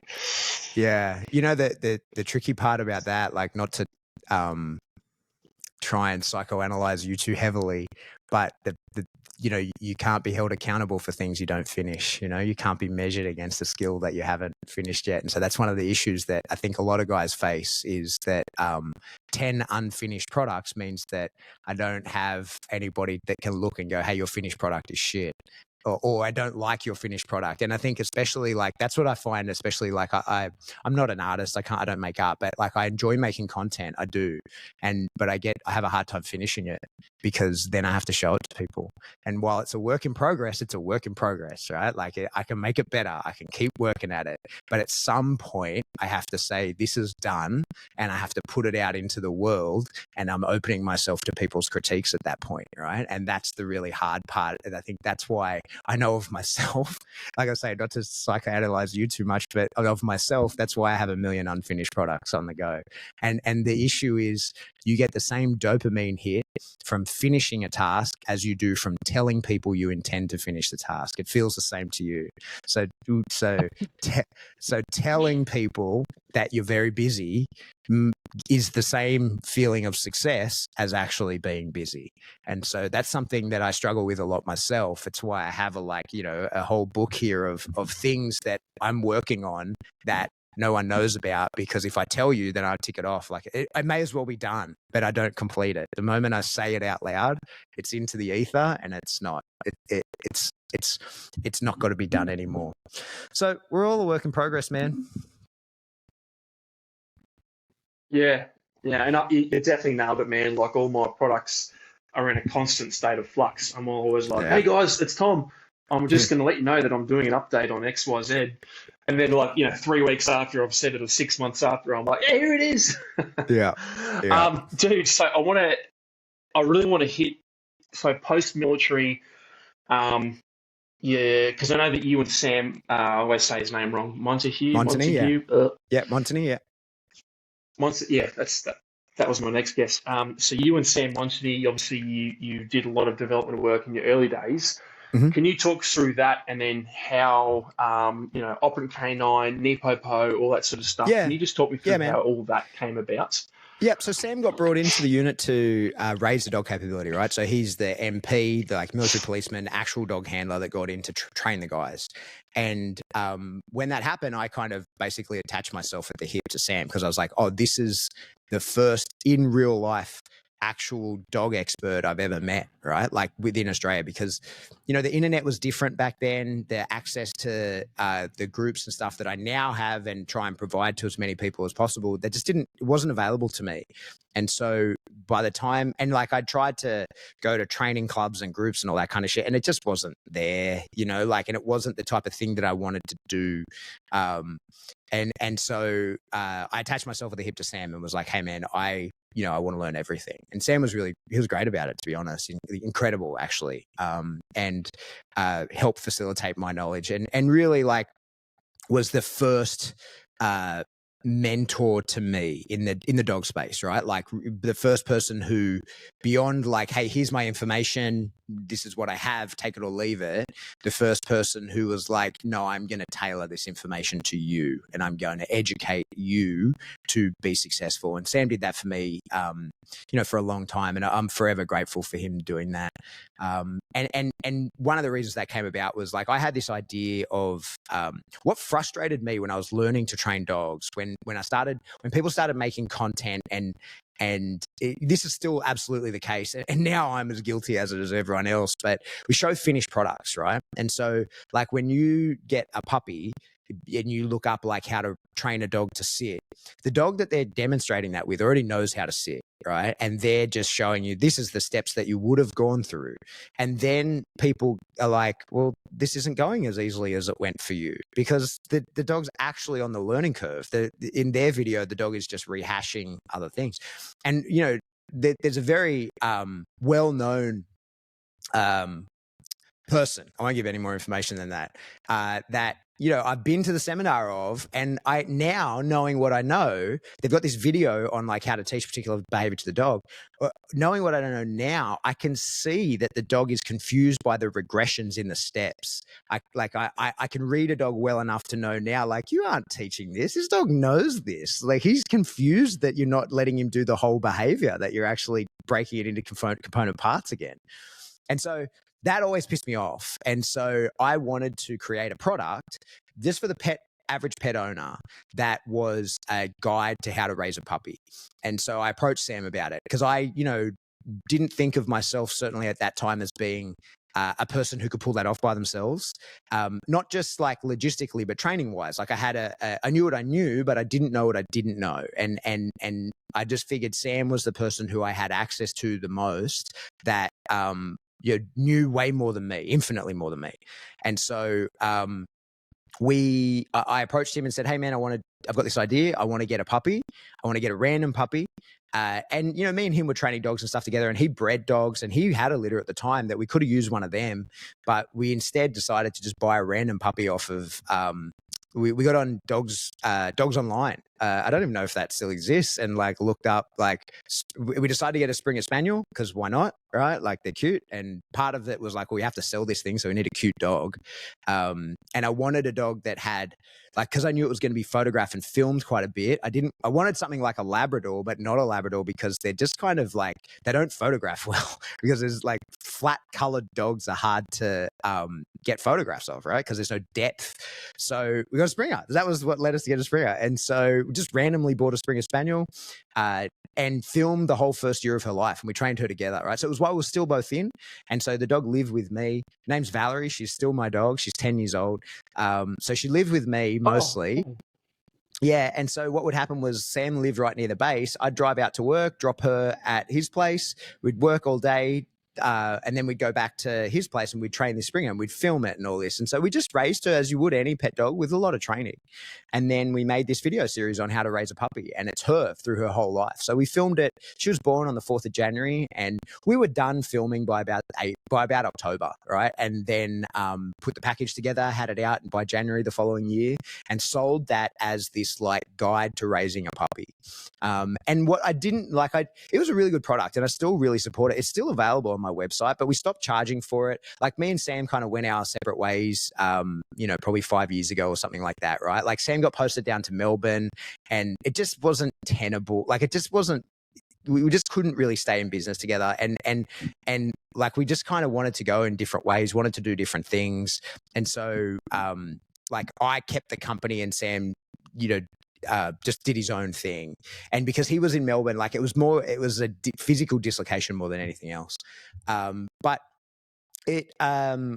we didn't know shit about selling a digital product. And so like it sold and it did fine, but I didn't make anywhere near the money that I should have made from that because it's a fucking great product and it still is 10 years later. But the reason now I know how to sell that, I know what's needed. Cause I thought, mate, I'm not kidding. I was like, oh, we're going to make $100 million out of this. We're going to be the richest people ever, even though we're selling it for $99, right? Because everyone's getting a puppy, right? And I looked up the numbers. I can't remember what they are now, but back then I looked up the stats on like how many people buy dogs. I'm like, oh, if even 1% of these people buy this, like we're killing it. And I didn't realize how hard it would be to actually hit 1% of the market, like had no idea. And I didn't know how to sell a digital thing, had no idea. And so like it sold, but not anywhere near like I imagined. And I didn't know how to be an online person because, in the army, I don't know fuck all about being online. I barely had a Facebook account. I don't know anything about that shit, right? So that was what kind of got us started, or got me started anyway. And so then it was in 2000 and when did we release that? I think we made it in 2014 or something like that. I can't remember. But then I got out and we were never meant to keep the dog. Well, I was going to give the dog away. And because we were in the army, we were like, oh, well, we'll train her to be like a PTSD assistance dog for someone and give her to that person because we just need the dog to raise. And within about 6 months, I realized, oh my God, this dog will give you PTSD before she helped you with it, right? Like she's off tap. She's a super high drive, fucking crazy Springer Spaniel. Oh mate, she's a lot of dog. And so I kept her and I love her to pieces and she's been my pet. She's done everything, like she's done everything that a dog can do. But she's just my pet and she's my, my like special fur baby, but So then eventually, pretty quickly after I got out of the army, I linked up with Bart Bellin. Me and Sam hosted him for a seminar, and then Bart asked us to host the schools here in Australia. So we facilitated all of those. And then that was when, a couple of years into that is when me and Sam just kind of went our separate ways. And so I stayed facilitating these things for Bart, and Sam was at many of them. And then I started, when I first left, I was doing a lot of pet dog stuff because that was what I had access to. And I had more work than I could possibly do. It was so lucrative. It was madness. And it was just word of mouth referrals. Like I never really advertised anywhere. It was just referrals from the vet and then people in the community who, saw someone that previously had an annoying dog and now doesn't. Right. And so they would get in contact with me, and it was just all word of mouth referrals. And I did tons of work with pets and all kinds of stuff. And because I had no business model, I didn't know anything about, I just did whatever. I was like, yeah, I'll do that. Oh, cool, whatever. And just took on so much work and just got pretty good. Like I got pretty good and through a lot of experimentation. And at that point, I had good mentors. And this is when I then, I met at a seminar, I met Glenn Cook, who became sort of my next mentor into the dog world of not just like dog training, but what that world is, like how to be successful in the business of dogs and how to navigate that tricky environment, right? And Glenn has been incredible to me, to be honest. Like he's one of my closest friends. I certainly would put him in the category of being one of my best friends, but beyond that, he's been like an incredible mentor to me. And mate, that's been the theme of my life, if I'm honest. Like I've just had all the right people at the right time give me the right help. And that happened to me when I was a kid. That happened to me when I was in the army, and that has continued and does continue to happen to me throughout my entire life. And like, I know there's an element of, like competence that attracts a mentor and all that kind of stuff. But the truth is, mate, a lot of it's luck. I've just been in the right place at the right time a lot of times. That's it. Right.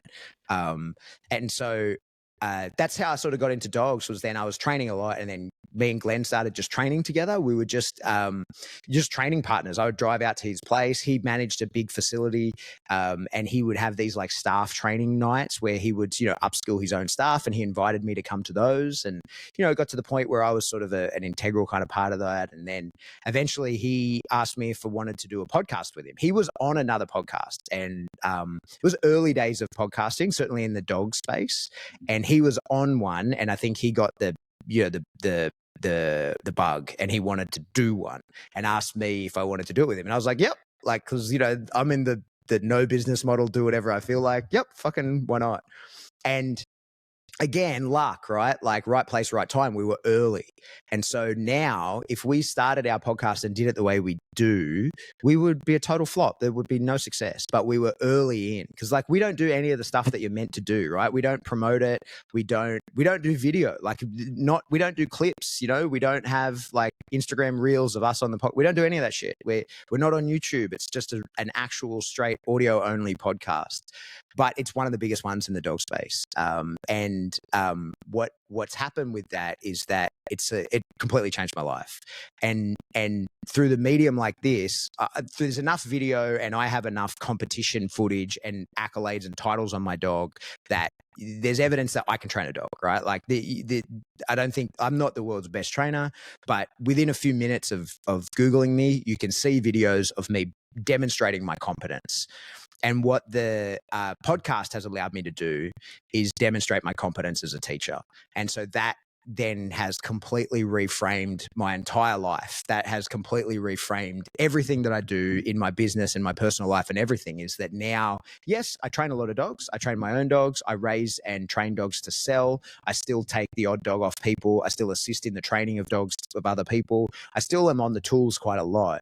But my actual job, like when people ask me what I do, is I'm a coach, right? So like I train other people to also be good on the tools, right? And that takes a lot of different forms. I still work with a lot of police. I still work with a lot of military guys. I work with average pet dog owners who are trying to fix particular issues. I work with sport dog competitors, and everything from people who, like 80-year-old women doing nose works with their, like Maltese Terrier all the way up to people doing all around the world doing bite sports with their, their Malinois or whatever. So like that's been my real role. And all of that has come about because of the podcast. Without that podcast and the access that it has given me, I would still be just training pet dogs in my local community. Because a big part of like being good is letting people know that you're good. And if they don't know, they can't employ you. And that's always the hardest part of people like us is like, because it's really drummed out of you in the SF community is self-promotion. You don't do that. That's disgusting. You never do that, right? Like you don't self-promote. You be humble and you put in the work. And when someone tells you you've done a good job, you deny it and tell them that you need to work harder, right? Like that's the ethos.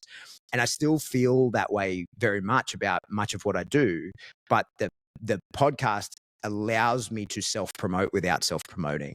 It just allows me to give the opportunities exactly like me and you are doing right now. People can listen to this conversation and go like, oh, Pat seems to know what he's talking about. He speaks clearly. He speaks in a way that resonates with me.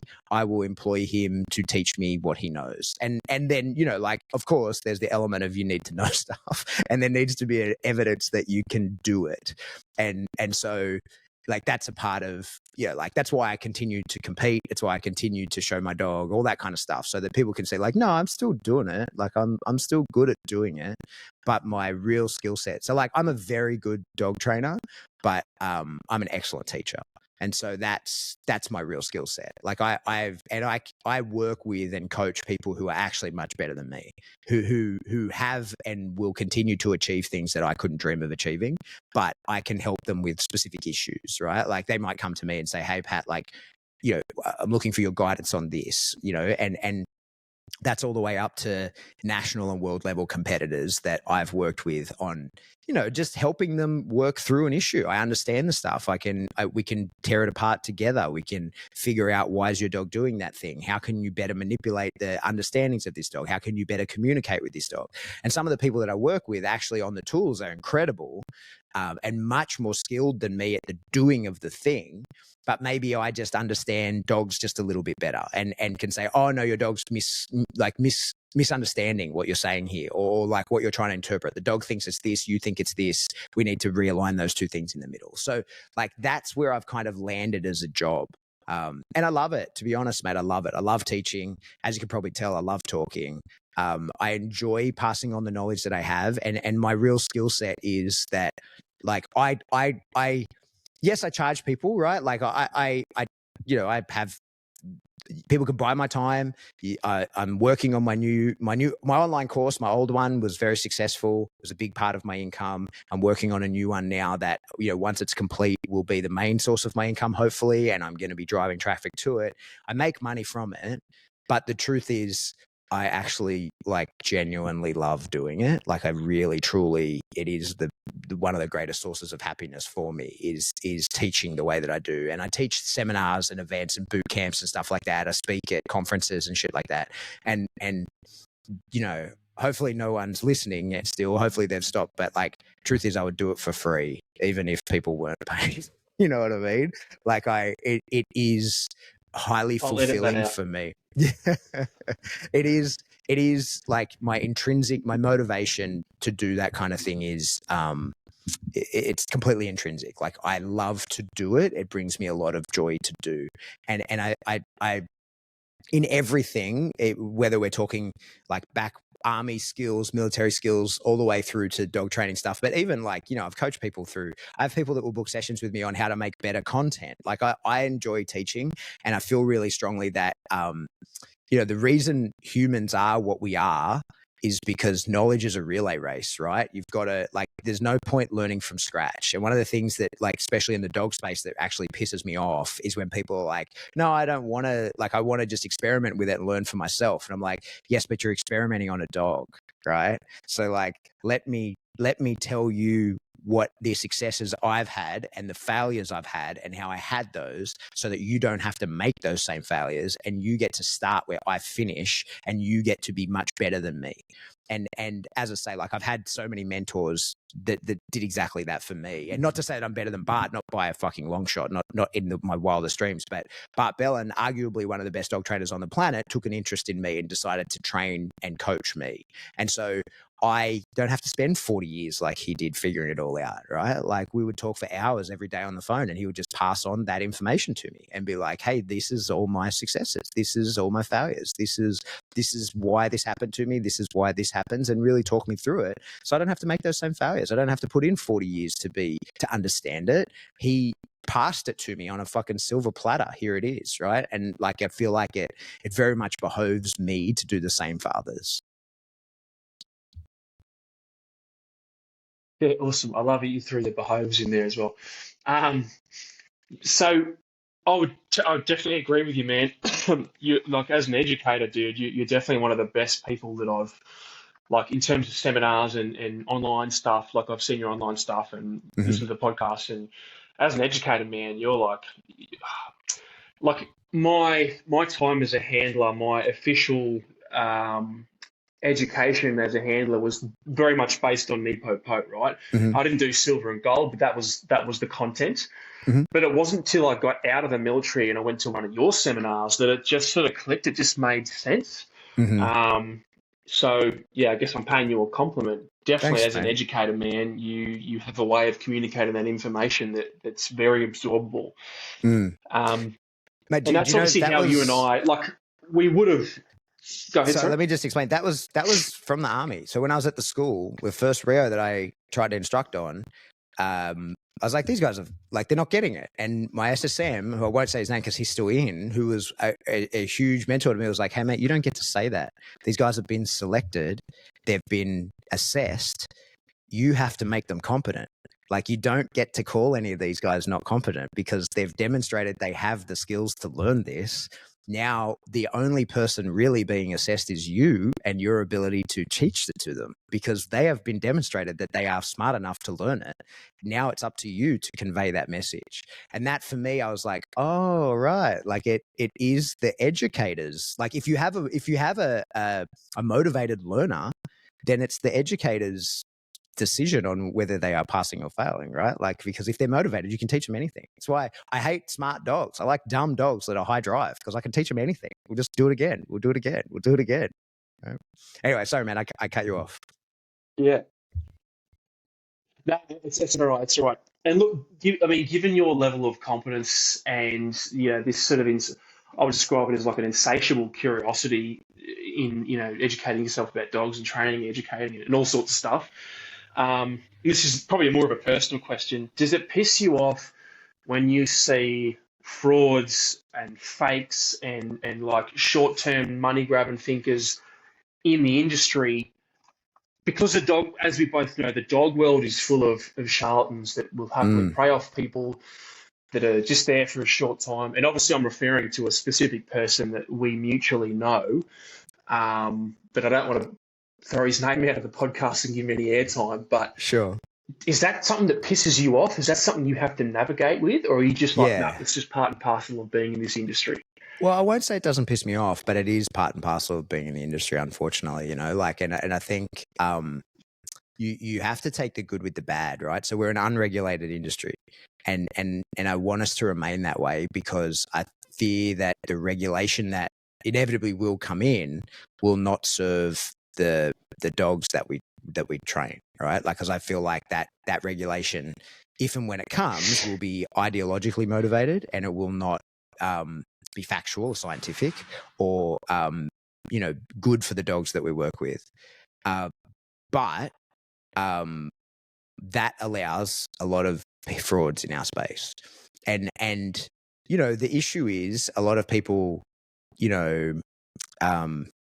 perhaps do get ripped off, right? And the average pet dog trainer, like, what we see is a lot of people who maybe have a trainer that isn't very competent and pay a lot of money, and often the case is that the more we pay, the less competent people are. Yeah. So, mate, I think that's one of the things is that we face is that there is a lot of people in our space. One of the things that I certainly observe is the more people charge, the less competent they very often are. Right. That's one of the things that we see in the dog space. And there's the dog industry, the dog world, tends to attract a lot of people who are not good with people, right? And that can be for many and various reasons. And those people come and go because what they end up realizing is the dog world is a very people-centric world. Like, it seems like you're going to just get to train dogs, but you actually get to train very few dogs, right? Like, as a dog trainer or person in the dog space, people want to train their own dogs, right? Like, your job is to educate the people. There's very few dog trainers who just train dogs, and especially in the working dog space, right? Like, so like, you know, the amount of people who can just get a dog, train it to a standard, and then hand it over, like, that's a very niche job. There aren't many of those available. The majority of what we do is like training others to handle their dogs. And so fortunately, because of that, a lot of the people who are not good with people tend to come and go pretty quickly once they figure that part of it out. They're like, oh, I didn't realize I was dealing with so many people. But it is a frustrating space. And the true source of frustration is, first of all, like, I don't want to see people who would be, you know, like clients otherwise. I don't want to see them being ripped off. That's one of my frustrations is I hate it when people get bad information and they pay a lot of money for bad, untrue, unclear, you know, and false, misleading information. That's annoying, right?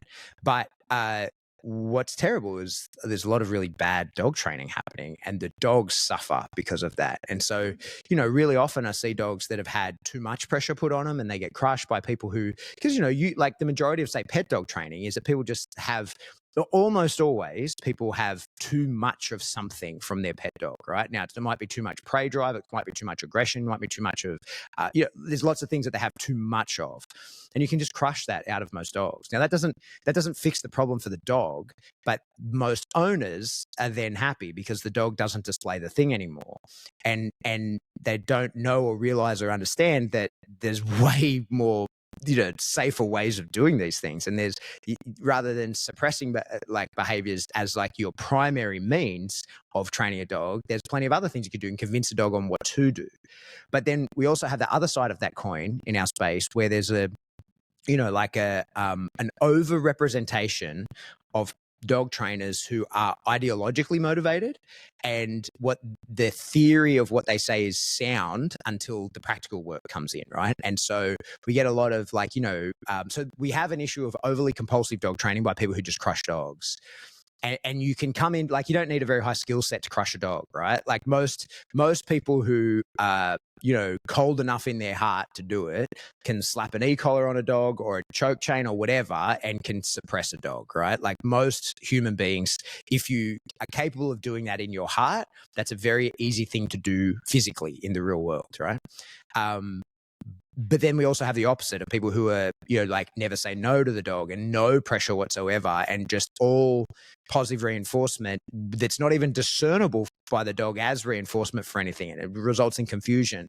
And so we have both spectrums, and it's not to say that using compulsion is bad, and it's not to say that being a force-free trainer is bad. It's that the people who come into the space that don't have the skill set of each one is the problem, right? Because you can do a lot with just force-free training, and there's a market for that. There's people who don't want, like I regularly have had plenty of clients that say to me, you know, I say to them, hey, the fix is this, you know, and we get part of that involves using a prong collar, and they'll say, no, I don't want to do that. And I go, okay, like, that's no problem. I have a skill set and capability to do it without that tool. It just changes the way we do things. It's going to take a lot longer. Your management's going to have to be more precise. We can never afford, if the dog displays the behavior that we want to never see again, there's nothing we can do about that. And if every time that happens, we have to admit that we've taken a step back and be more careful and make sure that doesn't happen again in the future. Like, there's things we can do here, right? And similarly, like, I'm not saying that we shouldn't be using compulsion or pressure at all. Like, there's a balance in the middle, and how you fit in there. A competent person is a competent person if they can achieve the aim. But what I very often see in the dog space is incompetent trainers, like people who are not good at achieving what they have been employed to achieve.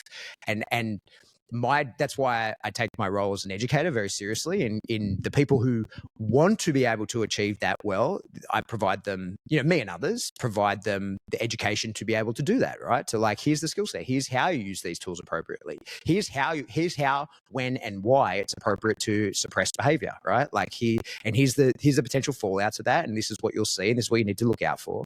But here's how, when, and why to only use reinforcement strategies, right? Like how to build a behavior rather than destroy one, like all these sorts of things. And so the people who are just not yet good at it, I'm with them. I'm their friend, and I want to provide them the opportunities to get good at it, right?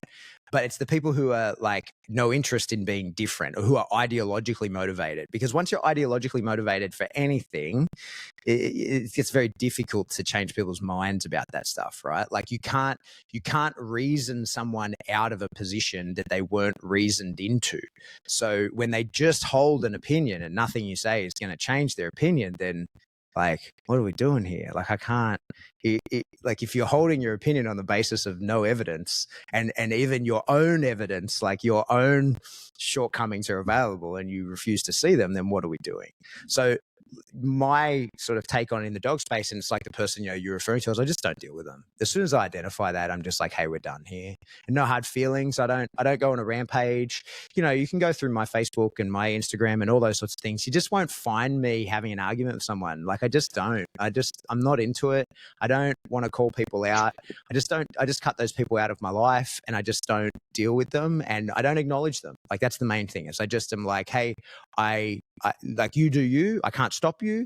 And of course, like if someone's dipping into cruel and and the definition of cruel, right? Like call the police. That's one of the things that pisses me off about the dog world, is people like, this is cruel. And it's like, well, it's not, right? Like there are certain times that we see people like the guy in America with the wiffle bat, right? Or the ladies recently that were with the Corso. Like what they were doing was cruel and they were arrested for it, right? Like we don't need to go on the Facebook rant about this stuff, because we can see this is bad dog training, but it's bad enough that it ticks the box of animal cruelty. And so that is a police matter. It's not my business. Beyond saying like, oh, I see it. If I'm the first and only to see it, I'll be the person that reports you to the relevant authorities. But just, I don't like what you're doing.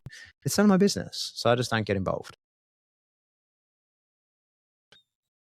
Yeah, and it's definitely the best way to be, dude. Because I remember, obviously, that sort of mutual person we're talking about. I went store shirt there for a little bit, and I was actually going to go back for seconds, but I decided against it. Even after having a chat to you, I was just like, it's just not worth it, man. And since then, I've sort of let it go. But I think what annoys me is when I see someone like, and I'll use Josh McDuff, for example, from Velocity Canine, right? At least in my opinion and my observation, he's a guy that's out there doing the work. He's constantly educating himself.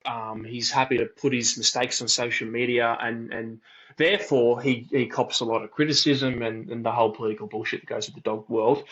And it just frustrates me when I see a guy like that who's clearly trying and clearly incrementally improving, kind of cut down like that. And I don't know if I'm giving that full situation its justice.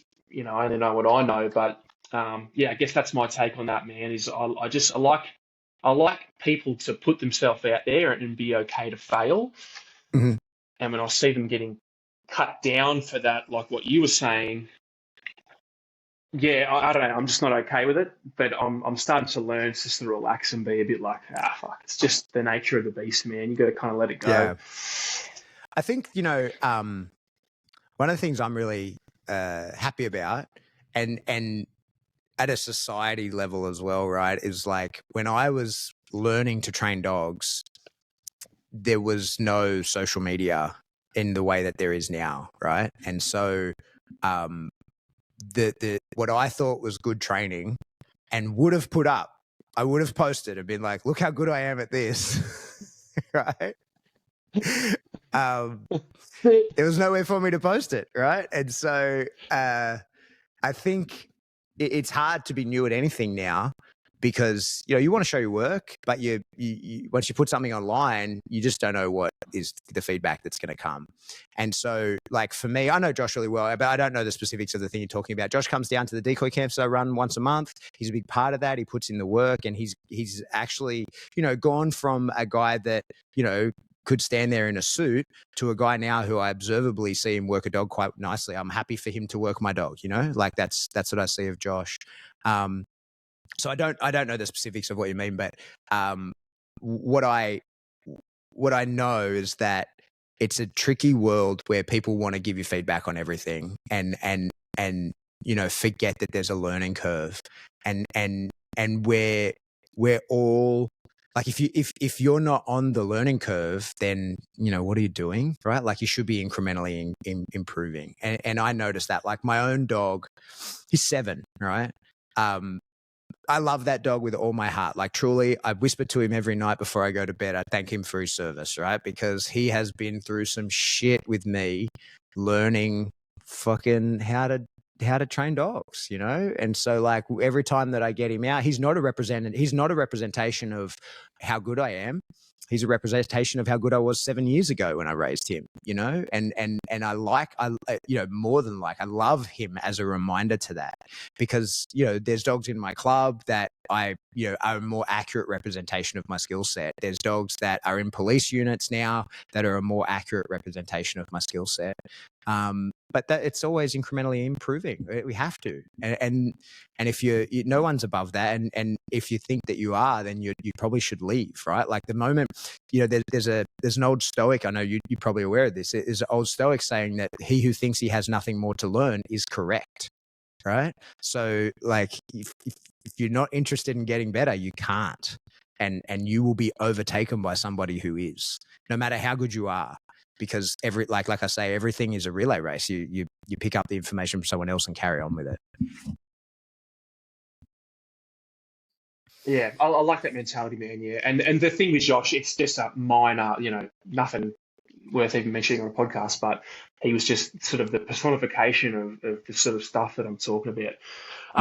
Hey, dude, so I don't want to drag you through hours and hours of podcasting, because I've always got a million questions myself, because your education, it fascinates me, and the way you do business and whatnot. I just want to ask a few of those listener questions from the post. Yeah, man, go for it. If that's all right with you. Matt, I got the time. I've tried to sort of paraphrase a few of them. There was one. Yeah, man, I got the time. Yeah, go ahead. Let's hit me with it. Yeah, sweet. Yeah, there was one in there that was like, it's like 3 paragraphs, and I just couldn't paraphrase it. So sorry, dude, I missed that one out. So, dude, I think Towns on dog training wants to know, like, what are your final thoughts on dog empathy? Because I think he alluded to the fact you've been talking about that on the podcast. Yeah, so there was a bit of to and froing there. Mate, my current, we were talking before about, like, my research obsession. So my current one is on perception, right? And the way that, like, whenever I'm thinking about this kind of stuff, I think about it through 2 lenses. One for myself as a human, and one for a dog, right? And so, like, one of the reasons why I can be very effective at training a dog and communicating my intent to a dog is that I'm pretty good, and I put a lot of work into understanding how a dog thinks and feels. And I put a lot of work into trying to understand something that can never be truly understood, of what is the felt experience of being a dog, right? Like, what does the dog feel like? Because it feels like something to be Pat Stewart. It feels like something to be Tom Brown. And I know what it feels like to be Pat Stewart, but I don't know what it feels like to be Tom Brown. I have an idea of I know what it feels like to be a human, but your perception and experience of the world is different to mine. Now, we're pretty close, but we're still different. You take in all the same data inputs that I can take in, and you process them slightly differently to me. Now, a dog is a whole nother thing, right? Like, a dog thinks completely differently to us. Its range of emotions is completely different. Its perception of the world is completely different. So not only does a dog see in a different color spectrum to us, they can see things that we can't see, right? They process the data that they're bringing in. Like, one of the things sort of, this sort of foundation about perception is that, like, none of this is real, right? Like everything is various light frequencies and radiation frequencies, and it's your senses, i.e. like your vision, your smell, your taste, your touch, that is processing all the data inside this fucking mushy wet thing inside your head and turns that into what you call objective reality, right? So how a dog does that is super interesting to me, because that changes the way that they understand things. So one of the really interesting things that, like, to help understand this is, you would have seen a bunch of videos, right, of when people come home. Like a lot of soldiers, they have these videos where they come home from deployments. They've been gone for 6 months and they see their dog who hasn't seen them in 6 months or 12 months or whatever. And it's always a very delayed reaction. It's almost, you see people are almost like there's this very uncomfortable weirdness when you turn up, because the dog hasn't got a fucking clue who you are for quite some time, right? And I think, now I don't know, but I think it certainly seems that dogs store their long-term memories as scents. And so your dog, when you're gone for probably around 2 weeks, it will have no idea what you look like. It hasn't got the faintest clue how to discern you from a crowd using nothing but its eyes. But it will know the smell of you when it gets it, and that will trigger the memory of who you are. So you, to your dog, are a smell. You are stored, like the memory of you is stored as a smell. And when I think of you, when your name comes up on my screen, mate, you send me a message, I have an image of you. And my image of you is where I met you, standing on that field at a seminar under a tent. And I think of you as that. That's the image of you that comes to my mind, but it's a visual image. I don't know what you smell like. I've got a fucking clue what you smell like, right? But that's what it is to a dog. So the way that a dog perceives things is very different. Add to this now the complexity of, we don't fully understand what their emotions are actually capable of. Like, what is the spectrum of emotions that a dog can actually feel? Because this is the thing that I can't even really understand. I mean, I struggle to understand my own emotions, right? Let alone understanding those of another person. And that is empathy, right? When I can understand, I can feel what you feel for you, right? That's me saying, like, hey, like, I didn't learn empathy. I certainly didn't know anything of empathy when I was in the army. It wasn't until I became a father that I actually really understood what empathy was. And it's like, hey, like, I can just be with you through the difficulty that you're having. And it's empathy and sympathy are different things, right? And it's like, I don't feel bad for you. I can feel with you. Right? Like, and that's a very complex thing. And when we explain it like that, that makes it really hard to think a dog's capable of that, right? So, like, one of the things we know, dogs can love someone. We know that for sure. That's a relatively new fact. That's quite new. That they put dogs in fMRI machines. They can tell that they love a particular person, a particular thing, right? But empathy, I think, is probably maybe too complex an emotion for a dog. Like, when I think about it, I think, I don't know that a dog's capable of that. And yet I feel like I've observed it. And so that's what puts me in the conflict over whether a dog can feel empathy, because I feel like I have observed it in my Springer Spaniel. And, but some of the things that my own dogs do. Now, I'm really good at reading a dog. I understand a dog very well. And my own 2 dogs I'm exceptionally close with, right? Like, very tightly bonded with both of them, and spend a lot of time with them, and feel like I communicate with them very clearly, and they communicate clearly with me. Now, some of the things that they do and the messages they convey to me, if a pet dog client told me that, I would call bullshit and call them anthropomorphic. So, like, this is the challenge that I face on this is, I don't know whether a dog can feel empathy, and I don't know that I ever will.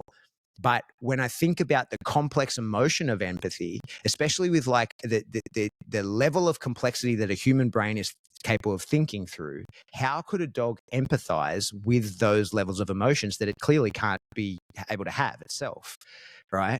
And yet I've observed it, or I've seen something that looks like it. Now, part of the add to the mix, right? Add to the difficulty of this is that dogs evolved for us. Dogs have facial muscles that are for us, right? they gave up their like the cooperative eye. They gave up the ability to conceal their intent, which most wild animals have, right? Like you can't tell what they're looking at. They gave up the ability. You can tell what a dog's looking at, right? They gave up the ability to conceal their intent for us so that we can read their intent.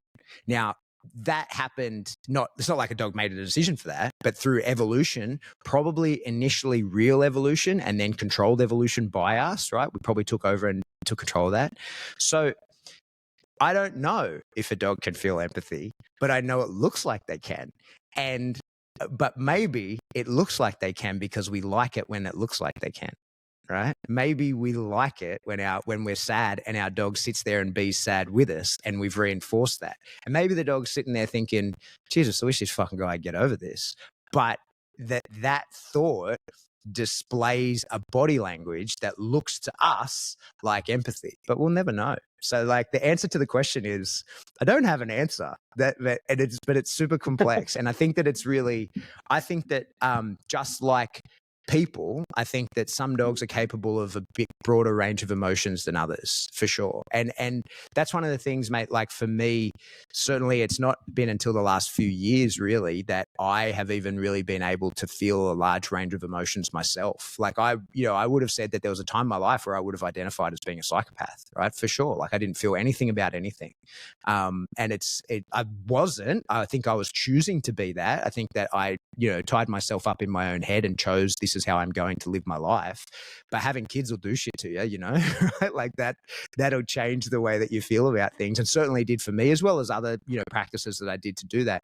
So I think that while I was a person who couldn't feel empathy for a long time, I think it's reasonable to suggest that perhaps there are dogs that can, and perhaps there are dogs that can't. That's a very long answer to a very short question. It's not. I mean, it's a complex question, right? Like it's a simple question, but it's a complex answer because there's, like you said, there's so many variables, and then you throw in the interspecies variables as well, and then it's almost like each variable is to the power of itself across the two species. So there's an innumerable amount of variables. Yeah, I guess my only thought on that is like maybe that's why some breeds are better at, say, being like a service dog or an emotional support dog than other breeds. Maybe it is an evolutionary thing. I don't know. Totally. That's my caveman analysis of your complex answer. No, I agree, mate. Totally. What's the next question? Yeah. Dude, next question, mate. Andy Shep 28. He said, probably my favourite question actually is like, what is exciting for you guys at the moment? I'll let you go first, bro. Mate, at the moment, I am trying to get better at like in the dog space, right? Like I'm trying to get better at precision obedience. So I've always been a functional obedience guy, right? Like, and to the average pet dog owner or like dog enthusiast, I have incredible obedience beyond anything they could imagine, right? But now I look at world champion level obedience and I'm like, I want that, right? Like my next dog is gonna in his position changes, his feet are going to be glued to the floor. In his heeling, he's going to prance. He's going to like all the things that I've never been interested in the past. Like just been like, no, my dog does it. It's reliable. He does it perfect. He does it exactly when I tell him to do it. He might, in his position changes, stamp his feet. My dog stamps his feet on the stand, right? Like, and there was a period where I was like, who cares? But now it makes me sick. I'm incrementally fixing those things. I'm incrementally fixing those things with my own dog and working through like a level of precision in training with other dogs that I've never bothered with in the past. And to the people who, like the average person, certainly the police and military handlers that I work with, like they're not going to notice any difference. But it's the high level competition competitors that I work with and for, they're the ones that are going to notice a difference in my training. And so like, we're talking, I've decided I'm going from like a score of 90 to a 95. Like these are not like, it's not the difference between passing and failing. It's like tiny incremental differences and tiny points that I'm going to get where otherwise I would have been like, I don't care. right? Like in the dog sport that I play, PSA, the truth is I now care very much about the scores and the scores of the people that I train. In the past, I only cared about passing or failing because it's a very difficult game and the goal is to get to the end. And so I didn't care about my scores along the way so long as I passed. And so I rushed a lot of things just to get them done. And I'm not going to do that again. Now I care about my scores along the way. Yeah, cool, man. So the thing that I guess the thing that's interesting to you or exciting to you is like the next level of what you can achieve Yeah. in your training. Yeah. Yeah.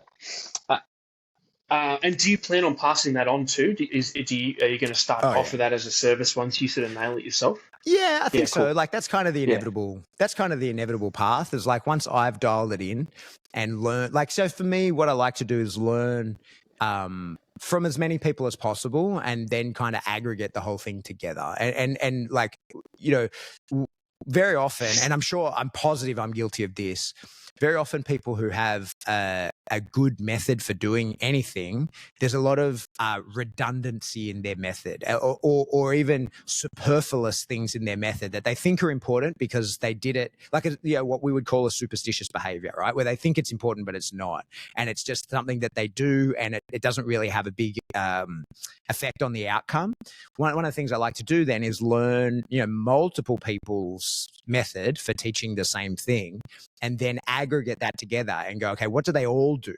Right? Like what are the actually truly necessary steps in this? And then distilling that down. And that's when I eventually in 5 to 10 years repackage what I do as this precision obedience capability. It will be not someone else's method. It will be the distilling down of many methods to create something that I think is just the core of it. However, like I'm under no illusions, mine will be the same. There will be superfluous things that I think are important that evidently are not, and someone else will do this. I will be another step in somebody else's chain of collecting that information and deciding what's good and what's not. But that's fine by me. Like I'm happy for that to happen. In fact, I'm counting on it to happen.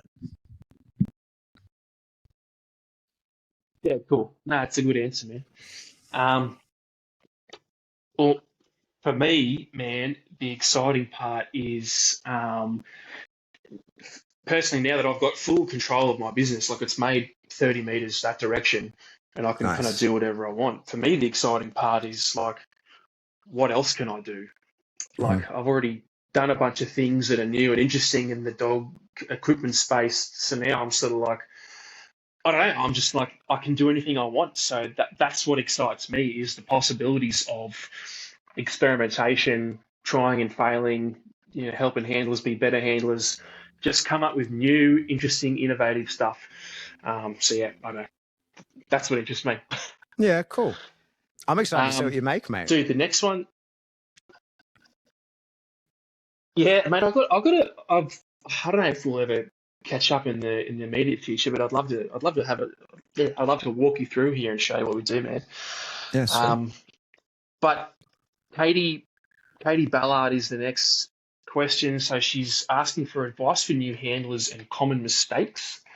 And probably dovetailing that is like the domestic manners, so to speak, and balancing that with the work behaviours. That you might be able to answer in the same kind of context. Yeah, but I think the common mistakes I see people making is just doing things because that's what my grandpappy did, like, and I think there's a balance to be found between,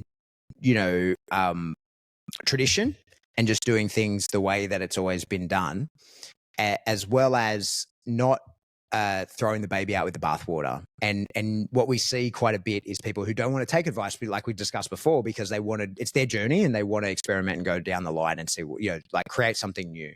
So the biggest mistake I see is people that sort of blur too far left and right into those margins. And so my advice to people coming in is for sure, digest as much information as you can, distill it, make it your own, but make sure that you truly understand it before then. Because what I see, and certainly, like I say, I've been guilty of this, is that you might like spend some time with a trainer and go, oh, I got it. I know what you do. and these are the redundant parts, so I'm not going to do them. And it turns out that they're very important parts, and you just didn't have the level of understanding. And so, anybody that is teaching this stuff at a scale and at a level, and like I said before, that there's evidence that they can do what they say they can do, then what they say works, right? It's worthwhile investigating. But it may not be entirely accurate, but discerning that is the tricky part. And sometimes, like I say, sometimes people do things because it's important to them, but it's not important to the process. And the real skill as a trainer and developing your own, style or your own method or your own, whatever flair, right? It doesn't need to be that like some, new creation, but we all have our own flair as a trainer. You can't help that, right? Like you can't, the way I play with and reinforce a dog is not replicatable because it's me. It's my expression of joy with a dog, and no one else can do it the same as me. The same way I can never do it the same as someone else. But I think that really identifying like this feels old and sort of a bit outdated versus also like I'm going to do something new and wonderful and like giving up on proven methods. I think finding that sweet spot in the middle is probably the best thing for new handlers to do, and really committing to understanding something rather than just understanding the wave tops of it. Because like, that's one of the things that we sort of see a little bit is like, and it's why I'm actually calling like my new course is going to be sold in 3 sections initially. And I've finished the first one. That's called the overview, right? And then the next, that's like an hour of just me spitting hot fire talking about what I think is important in the process of training a dog, right? But then the next is called the wave tops. And that's 6 hours of me explaining the same shit. It's all the same content, but it's 6 hours of explaining it. And then the next is called the deep dives. And that's going to be like probably 18 hours of the same stuff. So it's all the same content. It's all the same information. It's just what level of detail do you want to go into to understand it? And I think that's one of the things that we sort of like, you got to really understand stuff. I think too much people just get sort of the overview and go, oh yeah, I see what's happening here, and don't know the detail. So really understanding the detail before you modify something, I think is really important, right? But then the second part of that question about like livability and stuff like that is I think when you are training a dog, one of the things that I, really encourage people to keep in mind is that with the right dog, you can have anything, but you can't have everything, right? So that's sort of the process is you got to decide, especially if it's a police dog or a working dog or whatever, is what is the most important thing to me that this dog achieves. Now, if he's a police dog, he has to do his job. If that means he lives in a box in your house and never gets to cuddle on the couch or sleep in the bed, but he does his job really well, then that's fine, right? That's his job. But if you then too early want to make that dog a house dog, and you're like, of course, he can be a house dog. Of course he can. But that might come at the cost of being a police dog, or maybe not, right? Like we don't know. But for me, it's really identifying a list of criteria and what's important here, right? Like what's my North Star? Like what is it that I'm working towards that I cannot be derailed from? And when I know that I'm on that path, what else do I want to achieve along the way? And I can start to try those things, but knowing where I'm heading, I can say, hey, is this derailing me a little bit, right? Like, am I on the path to where I want to go? But you only know that when you've first identified exactly where you intend to go. So that's one of the biggest issues that we see is that people are doing too much with the same dog and asking too much of a dog. And your dogs, they don't have a lot of RAM, like their short-term memory and capacity to think through problem solving is very limited. And so that's why people who take the power and the drive expression of their dog very seriously tend only to show the dog the relevant things that's necessary for it. Because the moment a dog starts to think too hard about stuff, they get overloaded. And what we typically see is like, it looks like a dog that's shut down, but like say, for example, we see this sometimes at trials by dogs who have done multiple sports. And it happened to my dog for sure in Mondio, right? So like my dog's a PSA dog. He's done quite a lot of IGP type training, even though we only have a BH in IGP. He's done another sport called GRC. He's got titles in that, which are, more drive expression type stuff. But then when I brought him to a Mondio club, because I was going to do a Mondio trial, he was easily defeated by a Mondio decoy, because it was just too much information. He's trying to decide on what to do, but he's deciding that against the 4 things that he knows how to to do, not the one thing that he knows how to do, right? And so the more things that you teach a dog, yep, you can teach it really well. You can teach it highly appetitively. You can teach it motivationally. It's not like you're going to crush drive. But in the picture, the dog needs to know, what am I doing here? What am I here to do? And not be thinking, well, in this context, given this picture, given the command that I got, there could be 8 different things that I should do in this situation. And so while he's thinking of 8 things, he can't do one thing particularly well. And so, for police dogs, the risk that you face is that by turning them into a house dog, maybe you don't let them on the furniture. Maybe you have certain rules about drive expression in the house, and then that's fine in your house. But then you take that dog to your friend's house and you expect the same. The dog goes, okay, 2 houses I've been in, I'm expected to just be a dog in here and just keep myself calm. And then the 3rd house he goes into, he's expected to search and look for bombs in this place or drugs or whatever.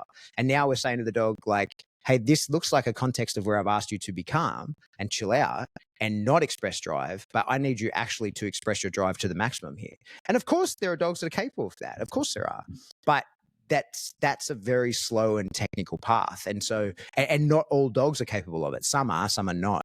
So I think that, like, importantly, people choose, decide, and plan for a dog to be like, what is your primary task?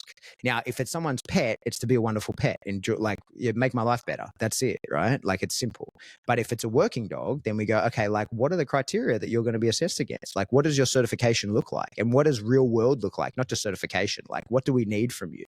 But then similarly, if it's a sport dog, what sport am I doing? Well, the problem that we face with sport dog people, and like, I've just outed myself as being one of the problems, is we do too much. We do too much shit with our dogs. I would love to have 15 dogs and do 15 different sports with each dog, but I don't have space for that. I have my working dog and he does everything with me. And so you've really got to decide, like, what is my North Star here? And for me, that dog, it was PSA. That dog had to be successful at PSA, the game that is my primary game. That's the game that I play. So long as he's successful at that, I'm fine with failing other things because I enjoy doing it, right? But if there's anything that's in conflict with being successful at PSA, I can't do it. Right? Like, if there's things that doing PSA makes me in conflict with doing Mondio, no worries, because I choose the PSA, and if I can do some Mondio, fine. But I won't go the other way. And I think that's very important when we're raising a dog, is to choose, like, what's actually important here? What gets this dog paid, right? Like, what is this dog's actual job? And let him become an expert at that before we start asking him to become an expert at other things that are not his primary role. Whew, another long answer. Yeah, I like it. That's good. That's good. I think these people are expecting that, mate. It's good. Dude's like from Canine Impact, next PSA trial in Australia. We're looking at March. If not March, then definitely June. Cool. Is that your final answer? That's it. It's my final answer. From the delay there, I was sitting there because I can't see her. I was like, oh, I made a shit joke. No one laughed. Tail sticks. Well, I guess you've already answered the online course format. Oh yeah. Point break retrievers. Wants to know about, like, off breeds in PSA versus other sports. I think it was like, what's your opinion? Yeah. So I've been pretty outspoken about this, and I annoyingly am training an off breed currently. Now, whether I compete with him or not, I don't know. But that everybody loves success of an off breed, right? So off breed is, anything that wasn't built necessarily for it. So in PSA, that stands for Protection Sports Association. It's one of the many. It's kind of America's answer to ring sport. It's a game that is obedience that you have to pass and then bite work, right? And they're very complex bite scenarios, like with a lot of control work in the biting. Like, the biting is the easy part. It's the not biting that's the hard part.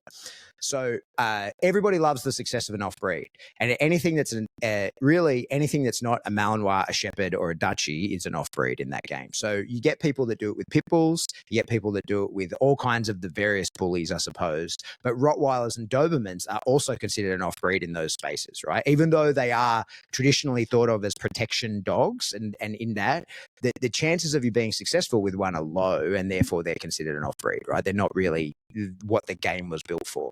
So as much as I love seeing the success of an off-breed, and everybody does, this is the truth, everybody loves it when, like last year, I can't remember her name, Alyssa, I think maybe, but at the level 2, at the PSA Nationals in the level 2, a Doberman won. And, like, I was happy for her. I love seeing it. I'm like, fuck yeah. But I also know this is going to bring the Doberman people out of the woodwork who are going to be like, see, Dobermans are super capable. And I'm like, no, that Doberman is super capable. That Doberman with that handler is super capable. And so the thing about off-breeds and what I always tell people, off-breeds and PSA, is that if you have one, and now you're finding out about PSA and you want to give it a go, fuck yeah, give it a go. See if your dog's into it. But if you want to do PSA and you're going to get a dog to do it, don't get an off-breed, because it's the hardest game there is. There's like only 30 dogs that have ever made it all the way through the program to the level 3, right? It is as hard a game as it gets. You don't need to make it any harder on yourself by handcuffing yourself with a dog that is not built for the sport. And the thing is, of course, like you're playing this game of genetic funnels when you get a dog, right? So there's of course, training is a very important part of all dog interactions, right? Training's huge, but genetics is as important. You can't put in what Mother Nature didn't. And so if you get it, like there's this big funnel to success. And at the top of that funnel, let's say we have pit bulls, and maybe 1 in a million pit bulls will be capable of doing that sport. And then below that, maybe we've got like, Dobermans, and maybe 1 in 50,000 Dobermans will be capable of doing that sport. And then beyond that, maybe Rottweilers, maybe 1 in 20,000 Rottweilers will be capable. And beyond that, now we've got Shepherds, and maybe 1 in 5,000 Shepherds will be capable of doing that. And then beyond that, now we're into like Malleys, Dutchies. We can put those into pretty much the same category. And maybe 1 in 200 of those is capable of doing the sport. So what I usually tell people is like, yes, there are pit bulls, there are Rottweilers, there are Dobermans, there are Shepherds, there are Malinois that all are successful in the sport. But the chances of you putting your hands on one that is successful are very slim the further you go up that funnel, right? And your chances are actually hard enough when you're in the pointy end of the funnel, right? Like your chances of finding a Mallee that's actually capable of it, they're pretty hard as well, because most aren't, right? Like this is an extreme game for an extreme dog. The other thing, while I'm ranting, is that a lot of people will say, well, they'll see a sort of off tap, like really high drive working dog, Mallee or something like that. And they say, well, I don't want that in a dog. What I want is, a Shepherd, or I want a Pitty or something like that. But the thing is that off tapness is what allows the dog to be successful. So if you're going to be successful with your off breed, it's going to be because that is not a particularly representative version of the off-breed. It's going to be because it represents more like a Mallee. So if your Doberman is awesome at PSA, it's because it's a Malinois wearing a Doberman costume. Like the traits that allow it to be successful are those high drive traits. And so of course they exist, but your chances of putting your hands on them are limited. And that's why I may be, depends on how things pan out, and there's a lot of variables that go into this, but I may be going to do PSA with an XL bully, right? Like, because my sister has one, and he's just turned out to be a dog that perhaps is suitable. But I would never have bought that dog. He was bought to be a pet, and it just turned out that he's off tap, right? It just turns out that he's like extreme high drive, and that drive didn't come in until he was like 18 months old. Yeah. So he had no idea that it was there. His parents didn't have it. He has it. And so now I can look at that dog and go, oh, it looks like you might be suitable, so I may do this thing with you. But I would never buy an off-breed dog and say, oh, hopefully you will be suitable and I will do this thing with you. If I'm going to buy a dog with the hopes that it will be suitable, I'm going to maximize my chances of success and get an appropriate dog from an appropriate bloodline. There's my answer. Yeah, okay. No, that's a good answer, man. I like it, dude. And this is another one. This is one from Josh, and it'll kind of dovetail into this one as well. I'm not sure if he meant like what's the differences between males, Dutchies, and GSDs, but I think it was more, why did you choose a male over a Dutchie or a GSD, at least initially? Yeah, so I've had them all, right? Like I've had all those things, and even my Mal technically isn't really a Mal, right? Like my Malinois is a Dutch Malinois, and he's from a KMPV bloodline. Sam imported both of his parents from Holland, And I mean, I've got his BRN, which is like your bloodline reference number, and that shows his pedigree. But that's all bullshit because there's like, you look at his father. His father's clearly a big chunk pit bull, right?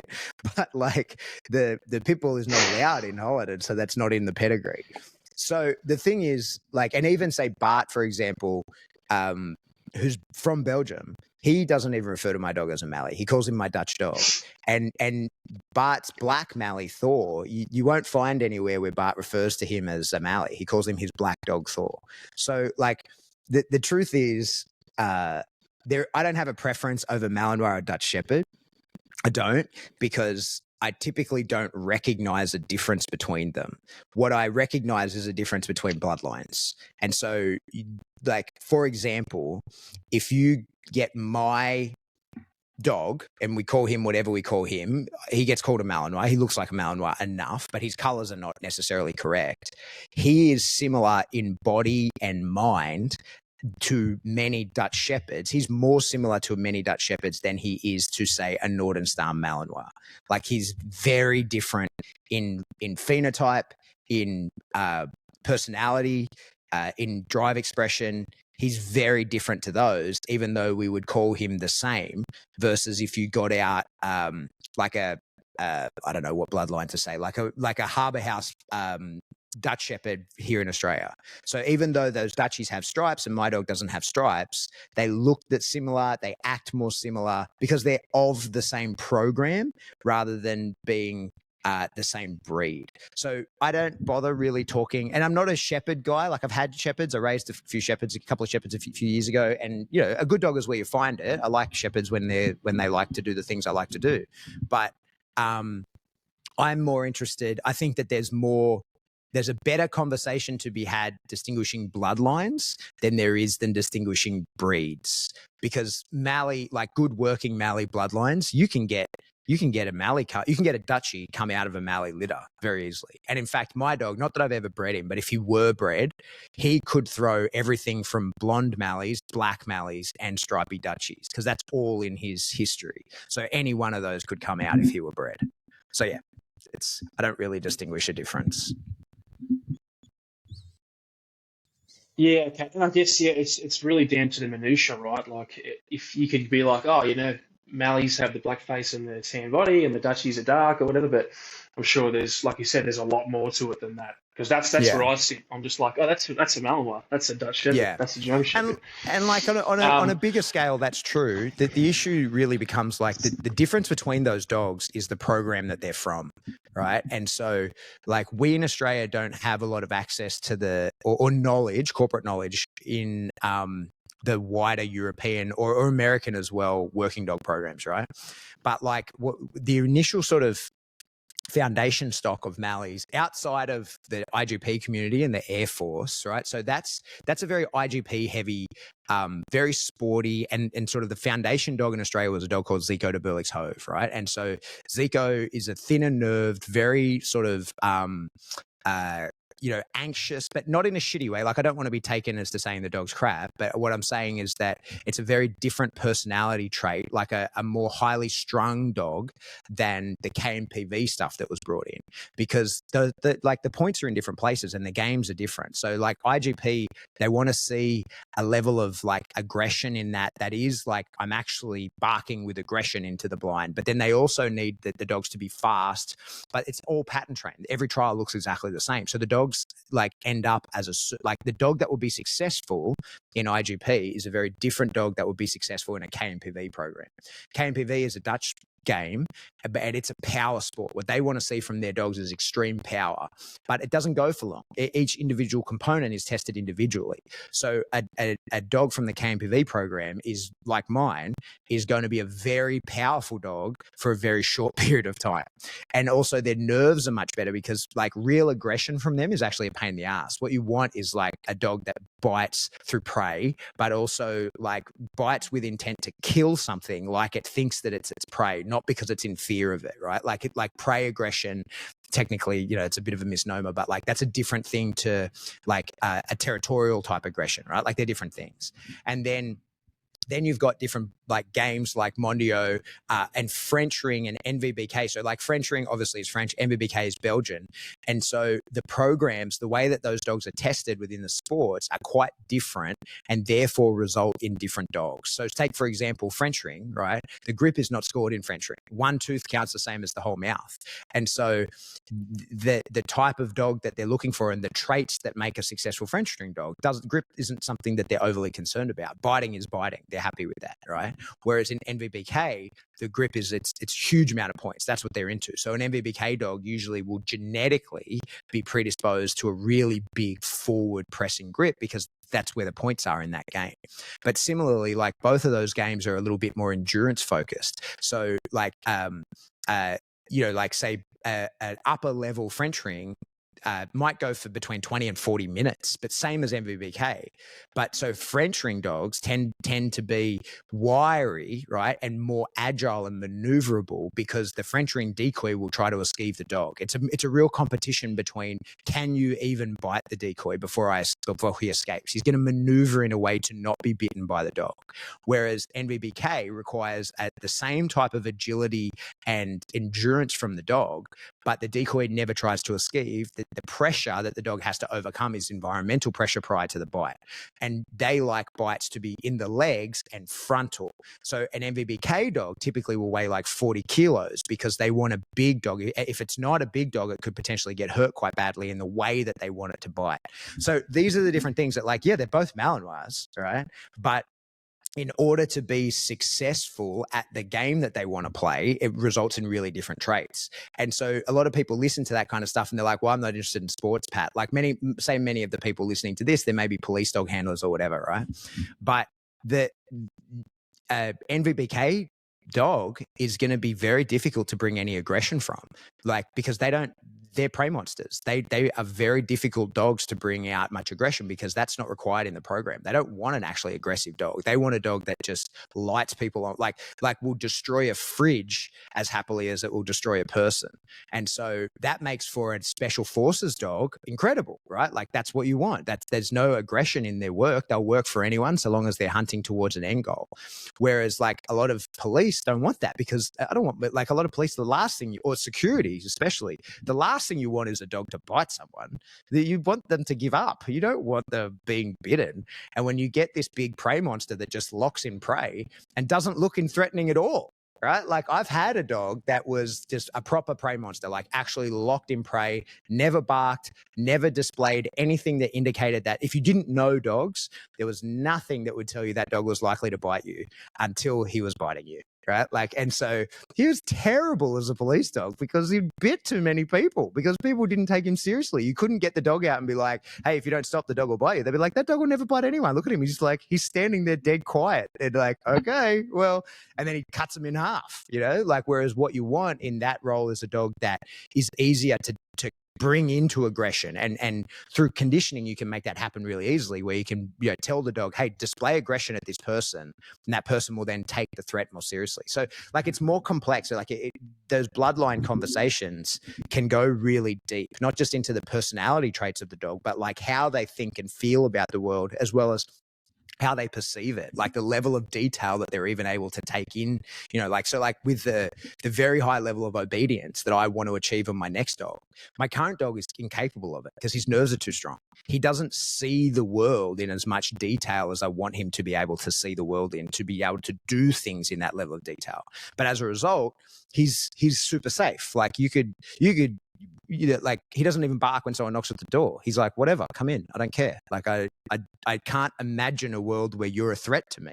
Right. So like, it's just different horses for courses. And that's what I think most people, certainly in Australia, like I'm not the Lone Ranger on this. In fact, I've been taught this by many other people, right? It's not like I discovered this information myself. This is pretty well known in the bigger dog community.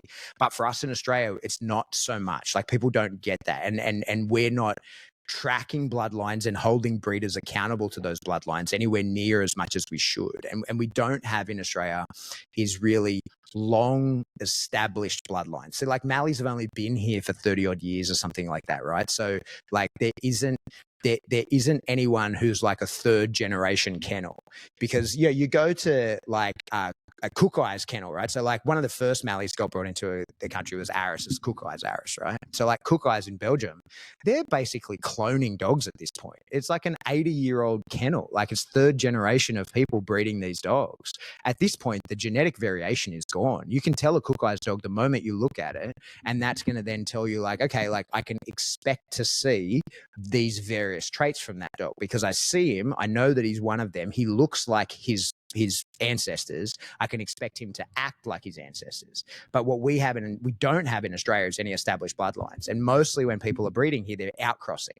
So we don't know what's going to come, right? It's two completely separate bloodlines where we go like, well, anything could happen here. And not only anything could happen, but everything could happen. So you could get in the same litter, you could get incredible to terrible just because of the genetic variation that goes into that litter being made. So again, another really long answer to a very simple question. It's a simple question, but it's not an easy question. And there was another question here. Oh fuck, I don't think I wrote it down. It was basically about like pulling versus pushing in different dog sports. Is there any? Oh, here we go. Sorry, this is from Max O'Neill. Yeah, why push versus pull in different dog sports? Is it just like a the police outcome for who they're training for, or is it? Yeah, no, it's a points thing. So, but it all relates to the real world, right? So in some sports, like I was saying before, like French ring, they don't score the grip, so they don't care, right? It's one tooth counts as the whole mouth. It's the same thing. The bite is the bite.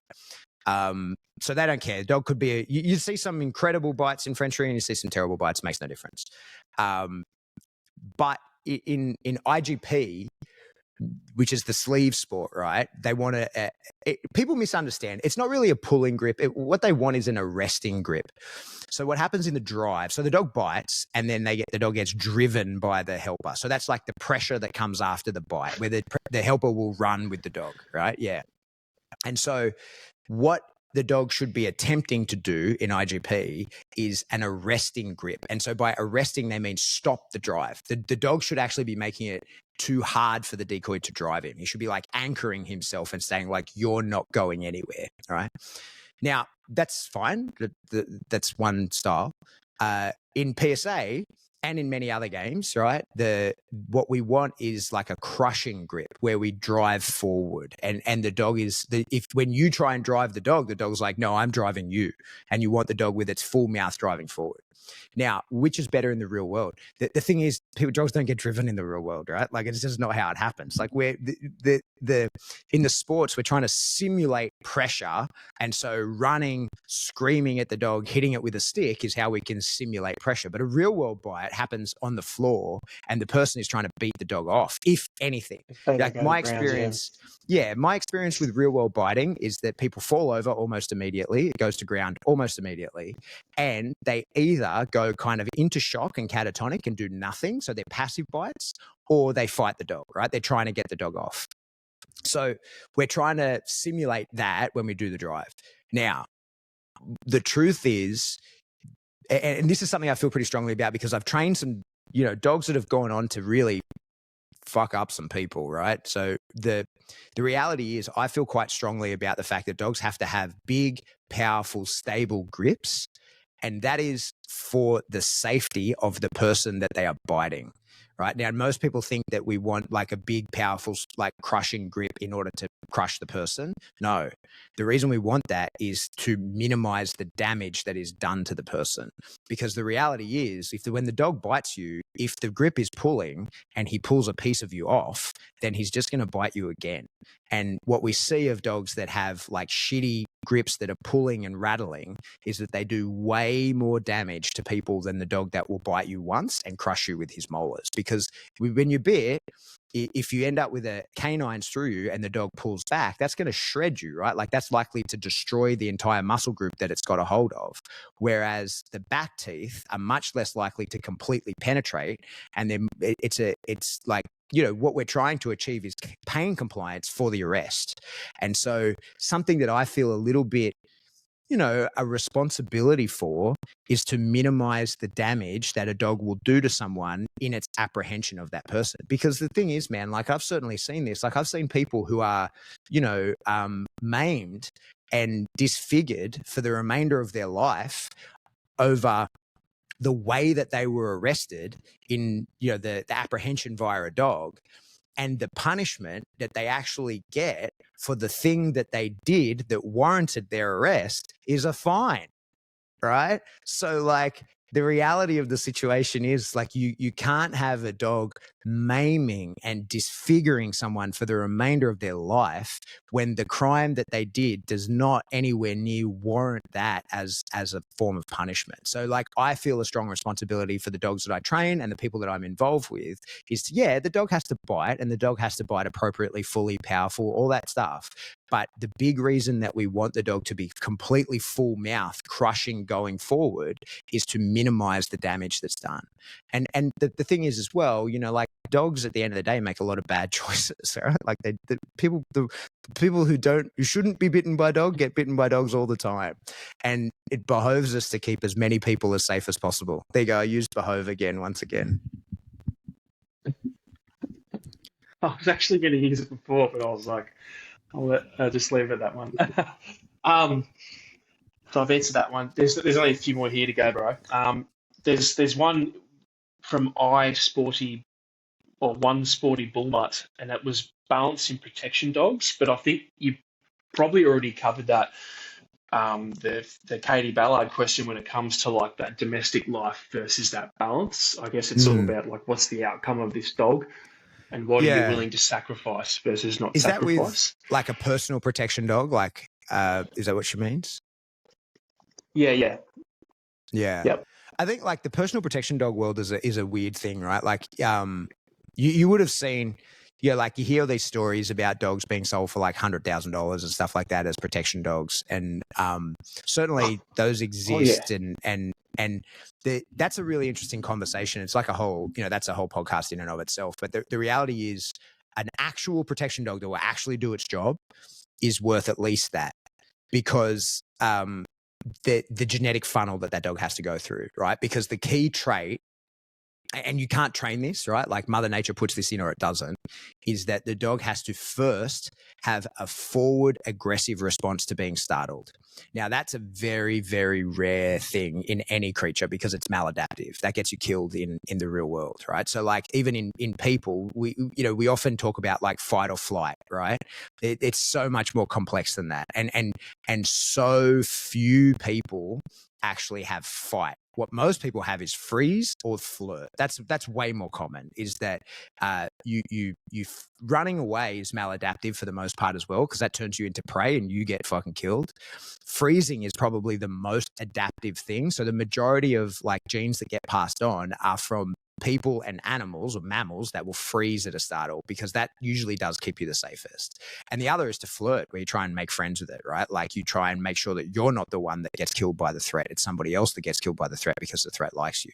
But a forward aggressive response to a startle is an extremely rare thing to happen. And it makes for a very dangerous animal when you have that, right? Now, people included. You would have seen there's famous clips that get around. There's one that's like a clip in a high school where it must be like Halloween or something, and they're interviewing a kid, and someone jumps out of a bin next to him wearing like a clown mask or something, and he just punches the fuck out of that person, like straight through, no hesitation, straight forward. So like that's a very rare person that does that startles forward like that, right? Now everybody thinks they're going to do that. They're not. That's a very rare thing. Mate, I like you. I've been in a lot of gunfights and done shit over time. I am a straight pussy. I flinch like crazy. I have a very strong reflex to escape, and I have to overcome that. But the thing is, like, especially in the SF role, we don't get caught by surprise. So every time I've kicked someone's door in, I'm on the outside and I get to emotionally and physically prepare myself for what's about to happen. Now, a protection dog doesn't get to do that. So quite a lot of dogs who are fantastic police dogs, who are fantastic, sport dogs, who are fantastic military working dogs, would make a terrible protection dog because they perhaps don't have the same thing. And a lot of people don't know this of their dog, right? So like when a police dog gets a call out, it gets to emotionally prepare itself all the way there. It hears the siren, it gets to track, it gets its equipment put on. It knows knows what it's there to do. But a protection dog has to, from resting, protect the person. And if the dog tries to escape and then recovers and comes back, then it's too late. The person's been stabbed, whatever's happened, right? So the genetic trait that is the key thing to being a real protection dog that will actually do the job. Now, most protection dogs will never do the job, right? But it has to have a forward aggressive response to being startled. But this is the killer. It has to have nerves strong enough that it doesn't startle inappropriately, right? So that's why protection dogs, when they're real, when they will actually do the job, this is a dog that you can take anywhere and will actually protect you, is worth that much money, is because they're nearly impossible to find. Like that type of dog is a very, very rare dog. Mother Nature doesn't create many of those things because they are so dangerous and have them able to fit into the world.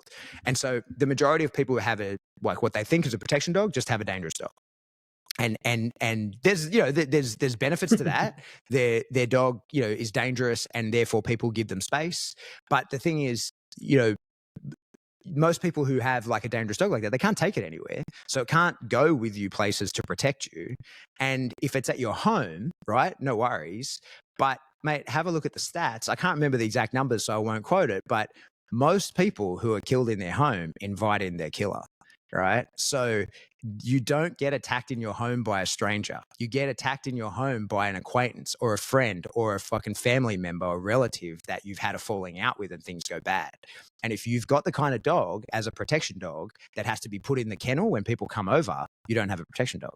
Right. So this is the thing, right? Like the actual protection dog that will actually protect people is so rare to find. And the training is super easy. I mean, you just put some obedience on the dog and teach it how to grip proper, right? Like the training is not hard. The training is very, very easy. It's getting your hands on a dog that is suitable and appropriate for that is what's very, very difficult. Yeah, I guess you want to make sure it's a dog you can walk around with during the day, have some guests over, take it on the school bus, but it also doesn't just maul the waiter to death when he comes and asks for the bill or something. So Exactly. Yeah, interesting, man. Dude, there's a couple of other questions here, and there's a couple of doozies, and I don't want us to go down too much of a rabbit warren because I've got to bin this in a minute. Not bin it. I've just got to go. Yeah. So, but Max O'Neill, he wants to know about PSA levels. Like, can you describe them, what they are? Yeah, mate. So PSA is a game. We've got there's an entry level and then there's 3 competitive levels. So that the entry level for us is they're called the PDC. It's the Protection Dog Certificate. It's pass or fail, right? Like it's just a gate you have to go through in order to play. Has a very simple obedience portion. I've learned to say simple, not easy. Like it's very basic. It's very simple, but for some people it's a challenge to pass, right?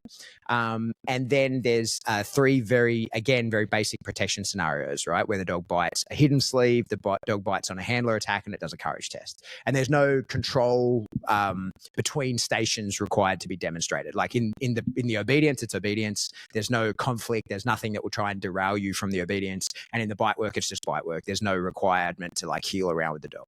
But that's like for us in PSA, that's kind of our temperament test, right? So like that's just us checking like, do you have basic control over this dog, basic obedience? And does the dog have the nerve strength to bite adequately? And we're not going to endanger people or the dog when we go to the real control level in the next, which is the level 1.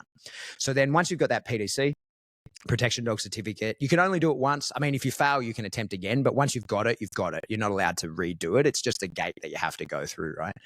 But then PSA has 3 competitive levels, the 1, 2, and 3. And in every one of those, it's a similar picture in that like that starts out with an obedience portion, and then you have to pass that and with a score of 75 or more, and then you go on to the bite work portion, and there's complex biting scenarios that all require obedience, not just in them but between them, like as you move around on the field. Each level has to be passed twice in order to get the title. So you kind of have to, because they're run differently and they're surprise scenarios and each thing is quite different, you have to pass it twice in order to be deemed competent, basically to prove that like conditions just didn't favor you perfectly that day.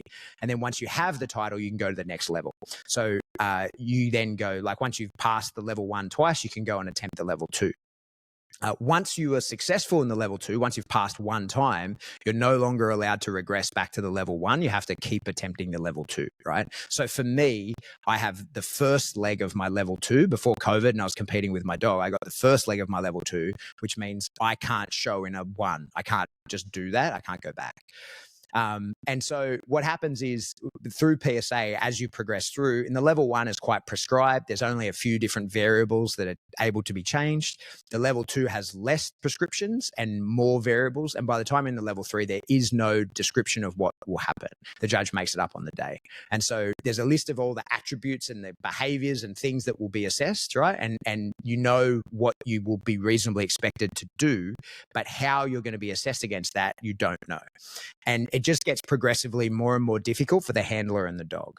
One of the reasons why I love PSA as a game, and it's why it's my chosen sport, is because it's extremely challenging, not just for the dog, but for the handler as well, because you don't really know how things are going to go. So preparing for it means that you have to generalize all of the things that your dog understands, right? Which means that, like, in the changes of position, you know, in most sports, that's going to go in a very prescribed way, right? You're going to stand in front of the dog, you're going to look at the dog, you're going to tell the dog change positions. In PSA, you have no idea how that could go down. Now, in the level 2, where the change of position begins, you know that you're going to be, you know, maybe 10 to 15 meters away from the dog, but you might be sitting, you might be, like in one trial that I did, I had to be in a car, right? So I'm sitting in a car and I'm calling out my commands to the dog.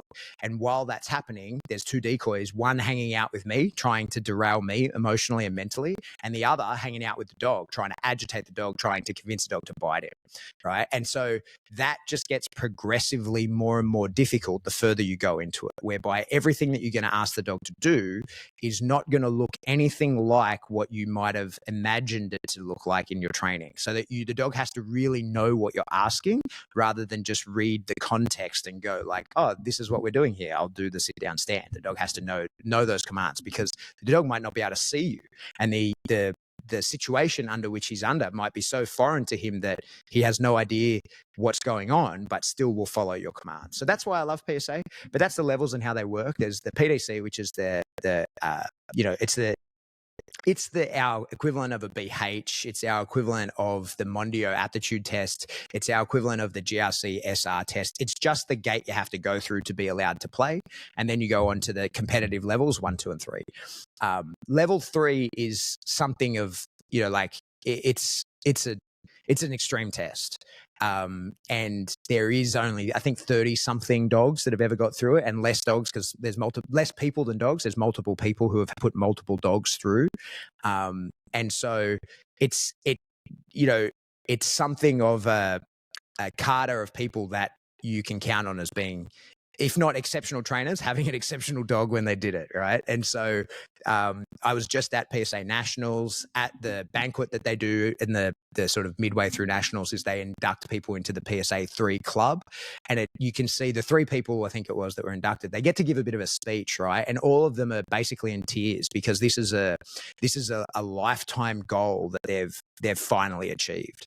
You know, this is in contrast to, you know, most other sports where you just do it, it's fine, right? Like you get through it, and like, you know, many people have an IGP 3 by the time the dog is 2 years old, right? Like, and not to minimize how hard that is, but it's a different type of hard, right? It's a very different type of thing. PSA is a bit of a forever game for the dog, because usually by the time a dog gets a level 3, it's a 6 or 7 year old dog. So it's a game that, like, you can continue to play forever with your dog. Most of the dog sports, you know, you can clock them fairly early in the dog's life. You can finish their career fairly early. In PSA, that's just not the case. Yeah, thank you, man. It sounds like I hope this isn't an insult, but it sounds like almost like the CrossFit of the dog sport world, that constantly variable, you know. Yeah. Yeah, no, shock for to the sure. system all the time kind of thing.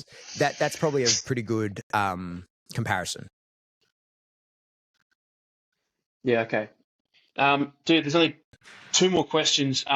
One's from Brandon Buster, and it's about, he said he's got 3 dogs. There's a bit of minutiae in here that I won't go into. He's got 3 dogs. There's a bit of resource guarding, and he was talking about, I think the gist of what he was saying was, what's your opinion on getting involved i.e. training and whatnot, versus allowing, say, pack dynamics to dictate the behaviour of the dogs that are causing the problem. Yeah. So you really need to know the dogs. So here's the thing, right? Like dominance is a real thing, and oddly enough, people try and deny it. It makes no sense, but dominance is quite fluid and it's contextual, and dogs will usually always find their own level. The problem comes when dogs are too tightly matched. So sometimes it's appropriate. Sometimes it's very appropriate to let 2 dogs or 3 dogs, however, work it out. And when you have 3 dogs, you have a pack, right? So there's a leader, and there's a number 2 and a number 3. And that's a fluid thing. People think that one dog is always the dominant dog. And now I'll use my own dogs as an example, right? My Springer Spaniel is a very dominant dog. She is like very strong in her brain, but not in her body. And she is very dominant over my Malinois in the house. Now he could kill her. He could bite her in half in an instant. But what's important to her in the house is not important to him. He doesn't care. So he lets her boss him around, right? But the moment that we leave the house and he comes in to drive, she's terrified of him. She won't go anywhere near him. When he's in drive, she will not go anywhere near him because she knows the gig is up. He will kill her because he will go through her if she gets in his way, and he won't even think about what he's doing. It'll just be done. And so they have this very complex relationship of who's in charge. Well, it depends on what's happening. Now, that's fine for them because they both really get it. And the same things are the different things are differently important to those dogs.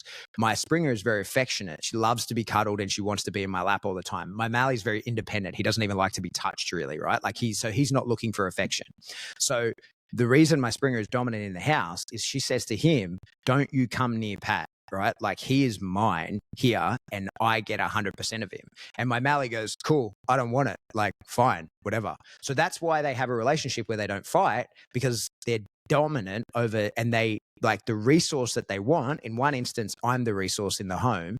And the other instance is, say, the ball when we're out. They want different things. And so they'll be fine forever. They'll never have any big arguments. They'll never really fight. They correct each other and be fine. In that circumstance, it's fine. Let them sort it out. They know where they land. Where it becomes an issue is when 2 dogs are too tightly matched. And when one dog says, hey, if you do this, I'll fight over it. And the other dog goes, certainly, I'm willing to pay that toll. Right. And so then you're fucked. And those dogs will fight, and those dogs will fight forever. And, you know, even if one's a good fighter and one's a terrible fighter, that doesn't necessarily change that, like, well, you lost, it's over. He's like, no, I still want it. And I'm prepared to take another beating in order to get it. And what most people, like me and my brother's 10 years older than me, right? So we didn't really fight growing up because he just could have kicked the fuck out of me. Like we didn't have that relationship. He was dominant over me as we were kids growing up because I had no capacity to be the otherwise. And so it was never an issue, never represented as an issue. But what you see is people who have like a brother who's a year older than them. He was 20, so there was no need. Yeah. Yeah, sorry, exactly. Cut out for a second there. No, you're right. But you see people who have like a sibling that's a year apart from them, they punch on all the time because by the time you're 10, the difference between a 10-year-old and an 11-year-old is no difference, right? And so when they are genetically similar, right, like they're siblings, they want the same things, the fights could go either way, right? Like it could, you know, who knows how this is going to play out. So that's what we have to think about when we look at dogs and letting them settle the score themselves, is like, how convincingly will the score be settled? And that's what you need to sort of weigh up, is like, how far will that dog take it? Will it kill the other dog? Will it damage it? Or will it just say, hey, this is mine, don't come near it? And the other dog goes, cool, got it, I won't. Versus how much will the other dog push the buttons? And how much will the other dog be like, no? Like, because you get some dogs that just enjoy the conflict. So like sometimes you get dogs, like my dog will do this to other dogs in the wild. Like my Malinois, probably I would describe him as having like no capacity for dog aggression. He's been bitten, he's been attacked. He doesn't retaliate. He just doesn't do it. It's not in him. But he loves pissing dogs off. He loves playing the game of like, how annoying can I be to you before you have a crack at me? Because he doesn't care about dogs having a crack at him, right? So like, that's the sort of thing that all of those ingredients have to be put in to the pie. And we go, okay, well, like, how does this affect us as a whole? right? Like how do we actually, determine this group of dogs and whether we separate them? Because the truth is, like, as dog trainers, we always say, oh, well, you can manage the aggression and whatever, but that's bullshit. Like sometimes it's crate and rotate forever, right? Like that's just the way it is, because you get two dogs that are too easily matched, they will never get along, never, ever, ever. Or you might get two dogs that are like, just look at each other and do the stepbrothers. Did we just become best friends? And because of their evenly matched, they'll be best friends forever.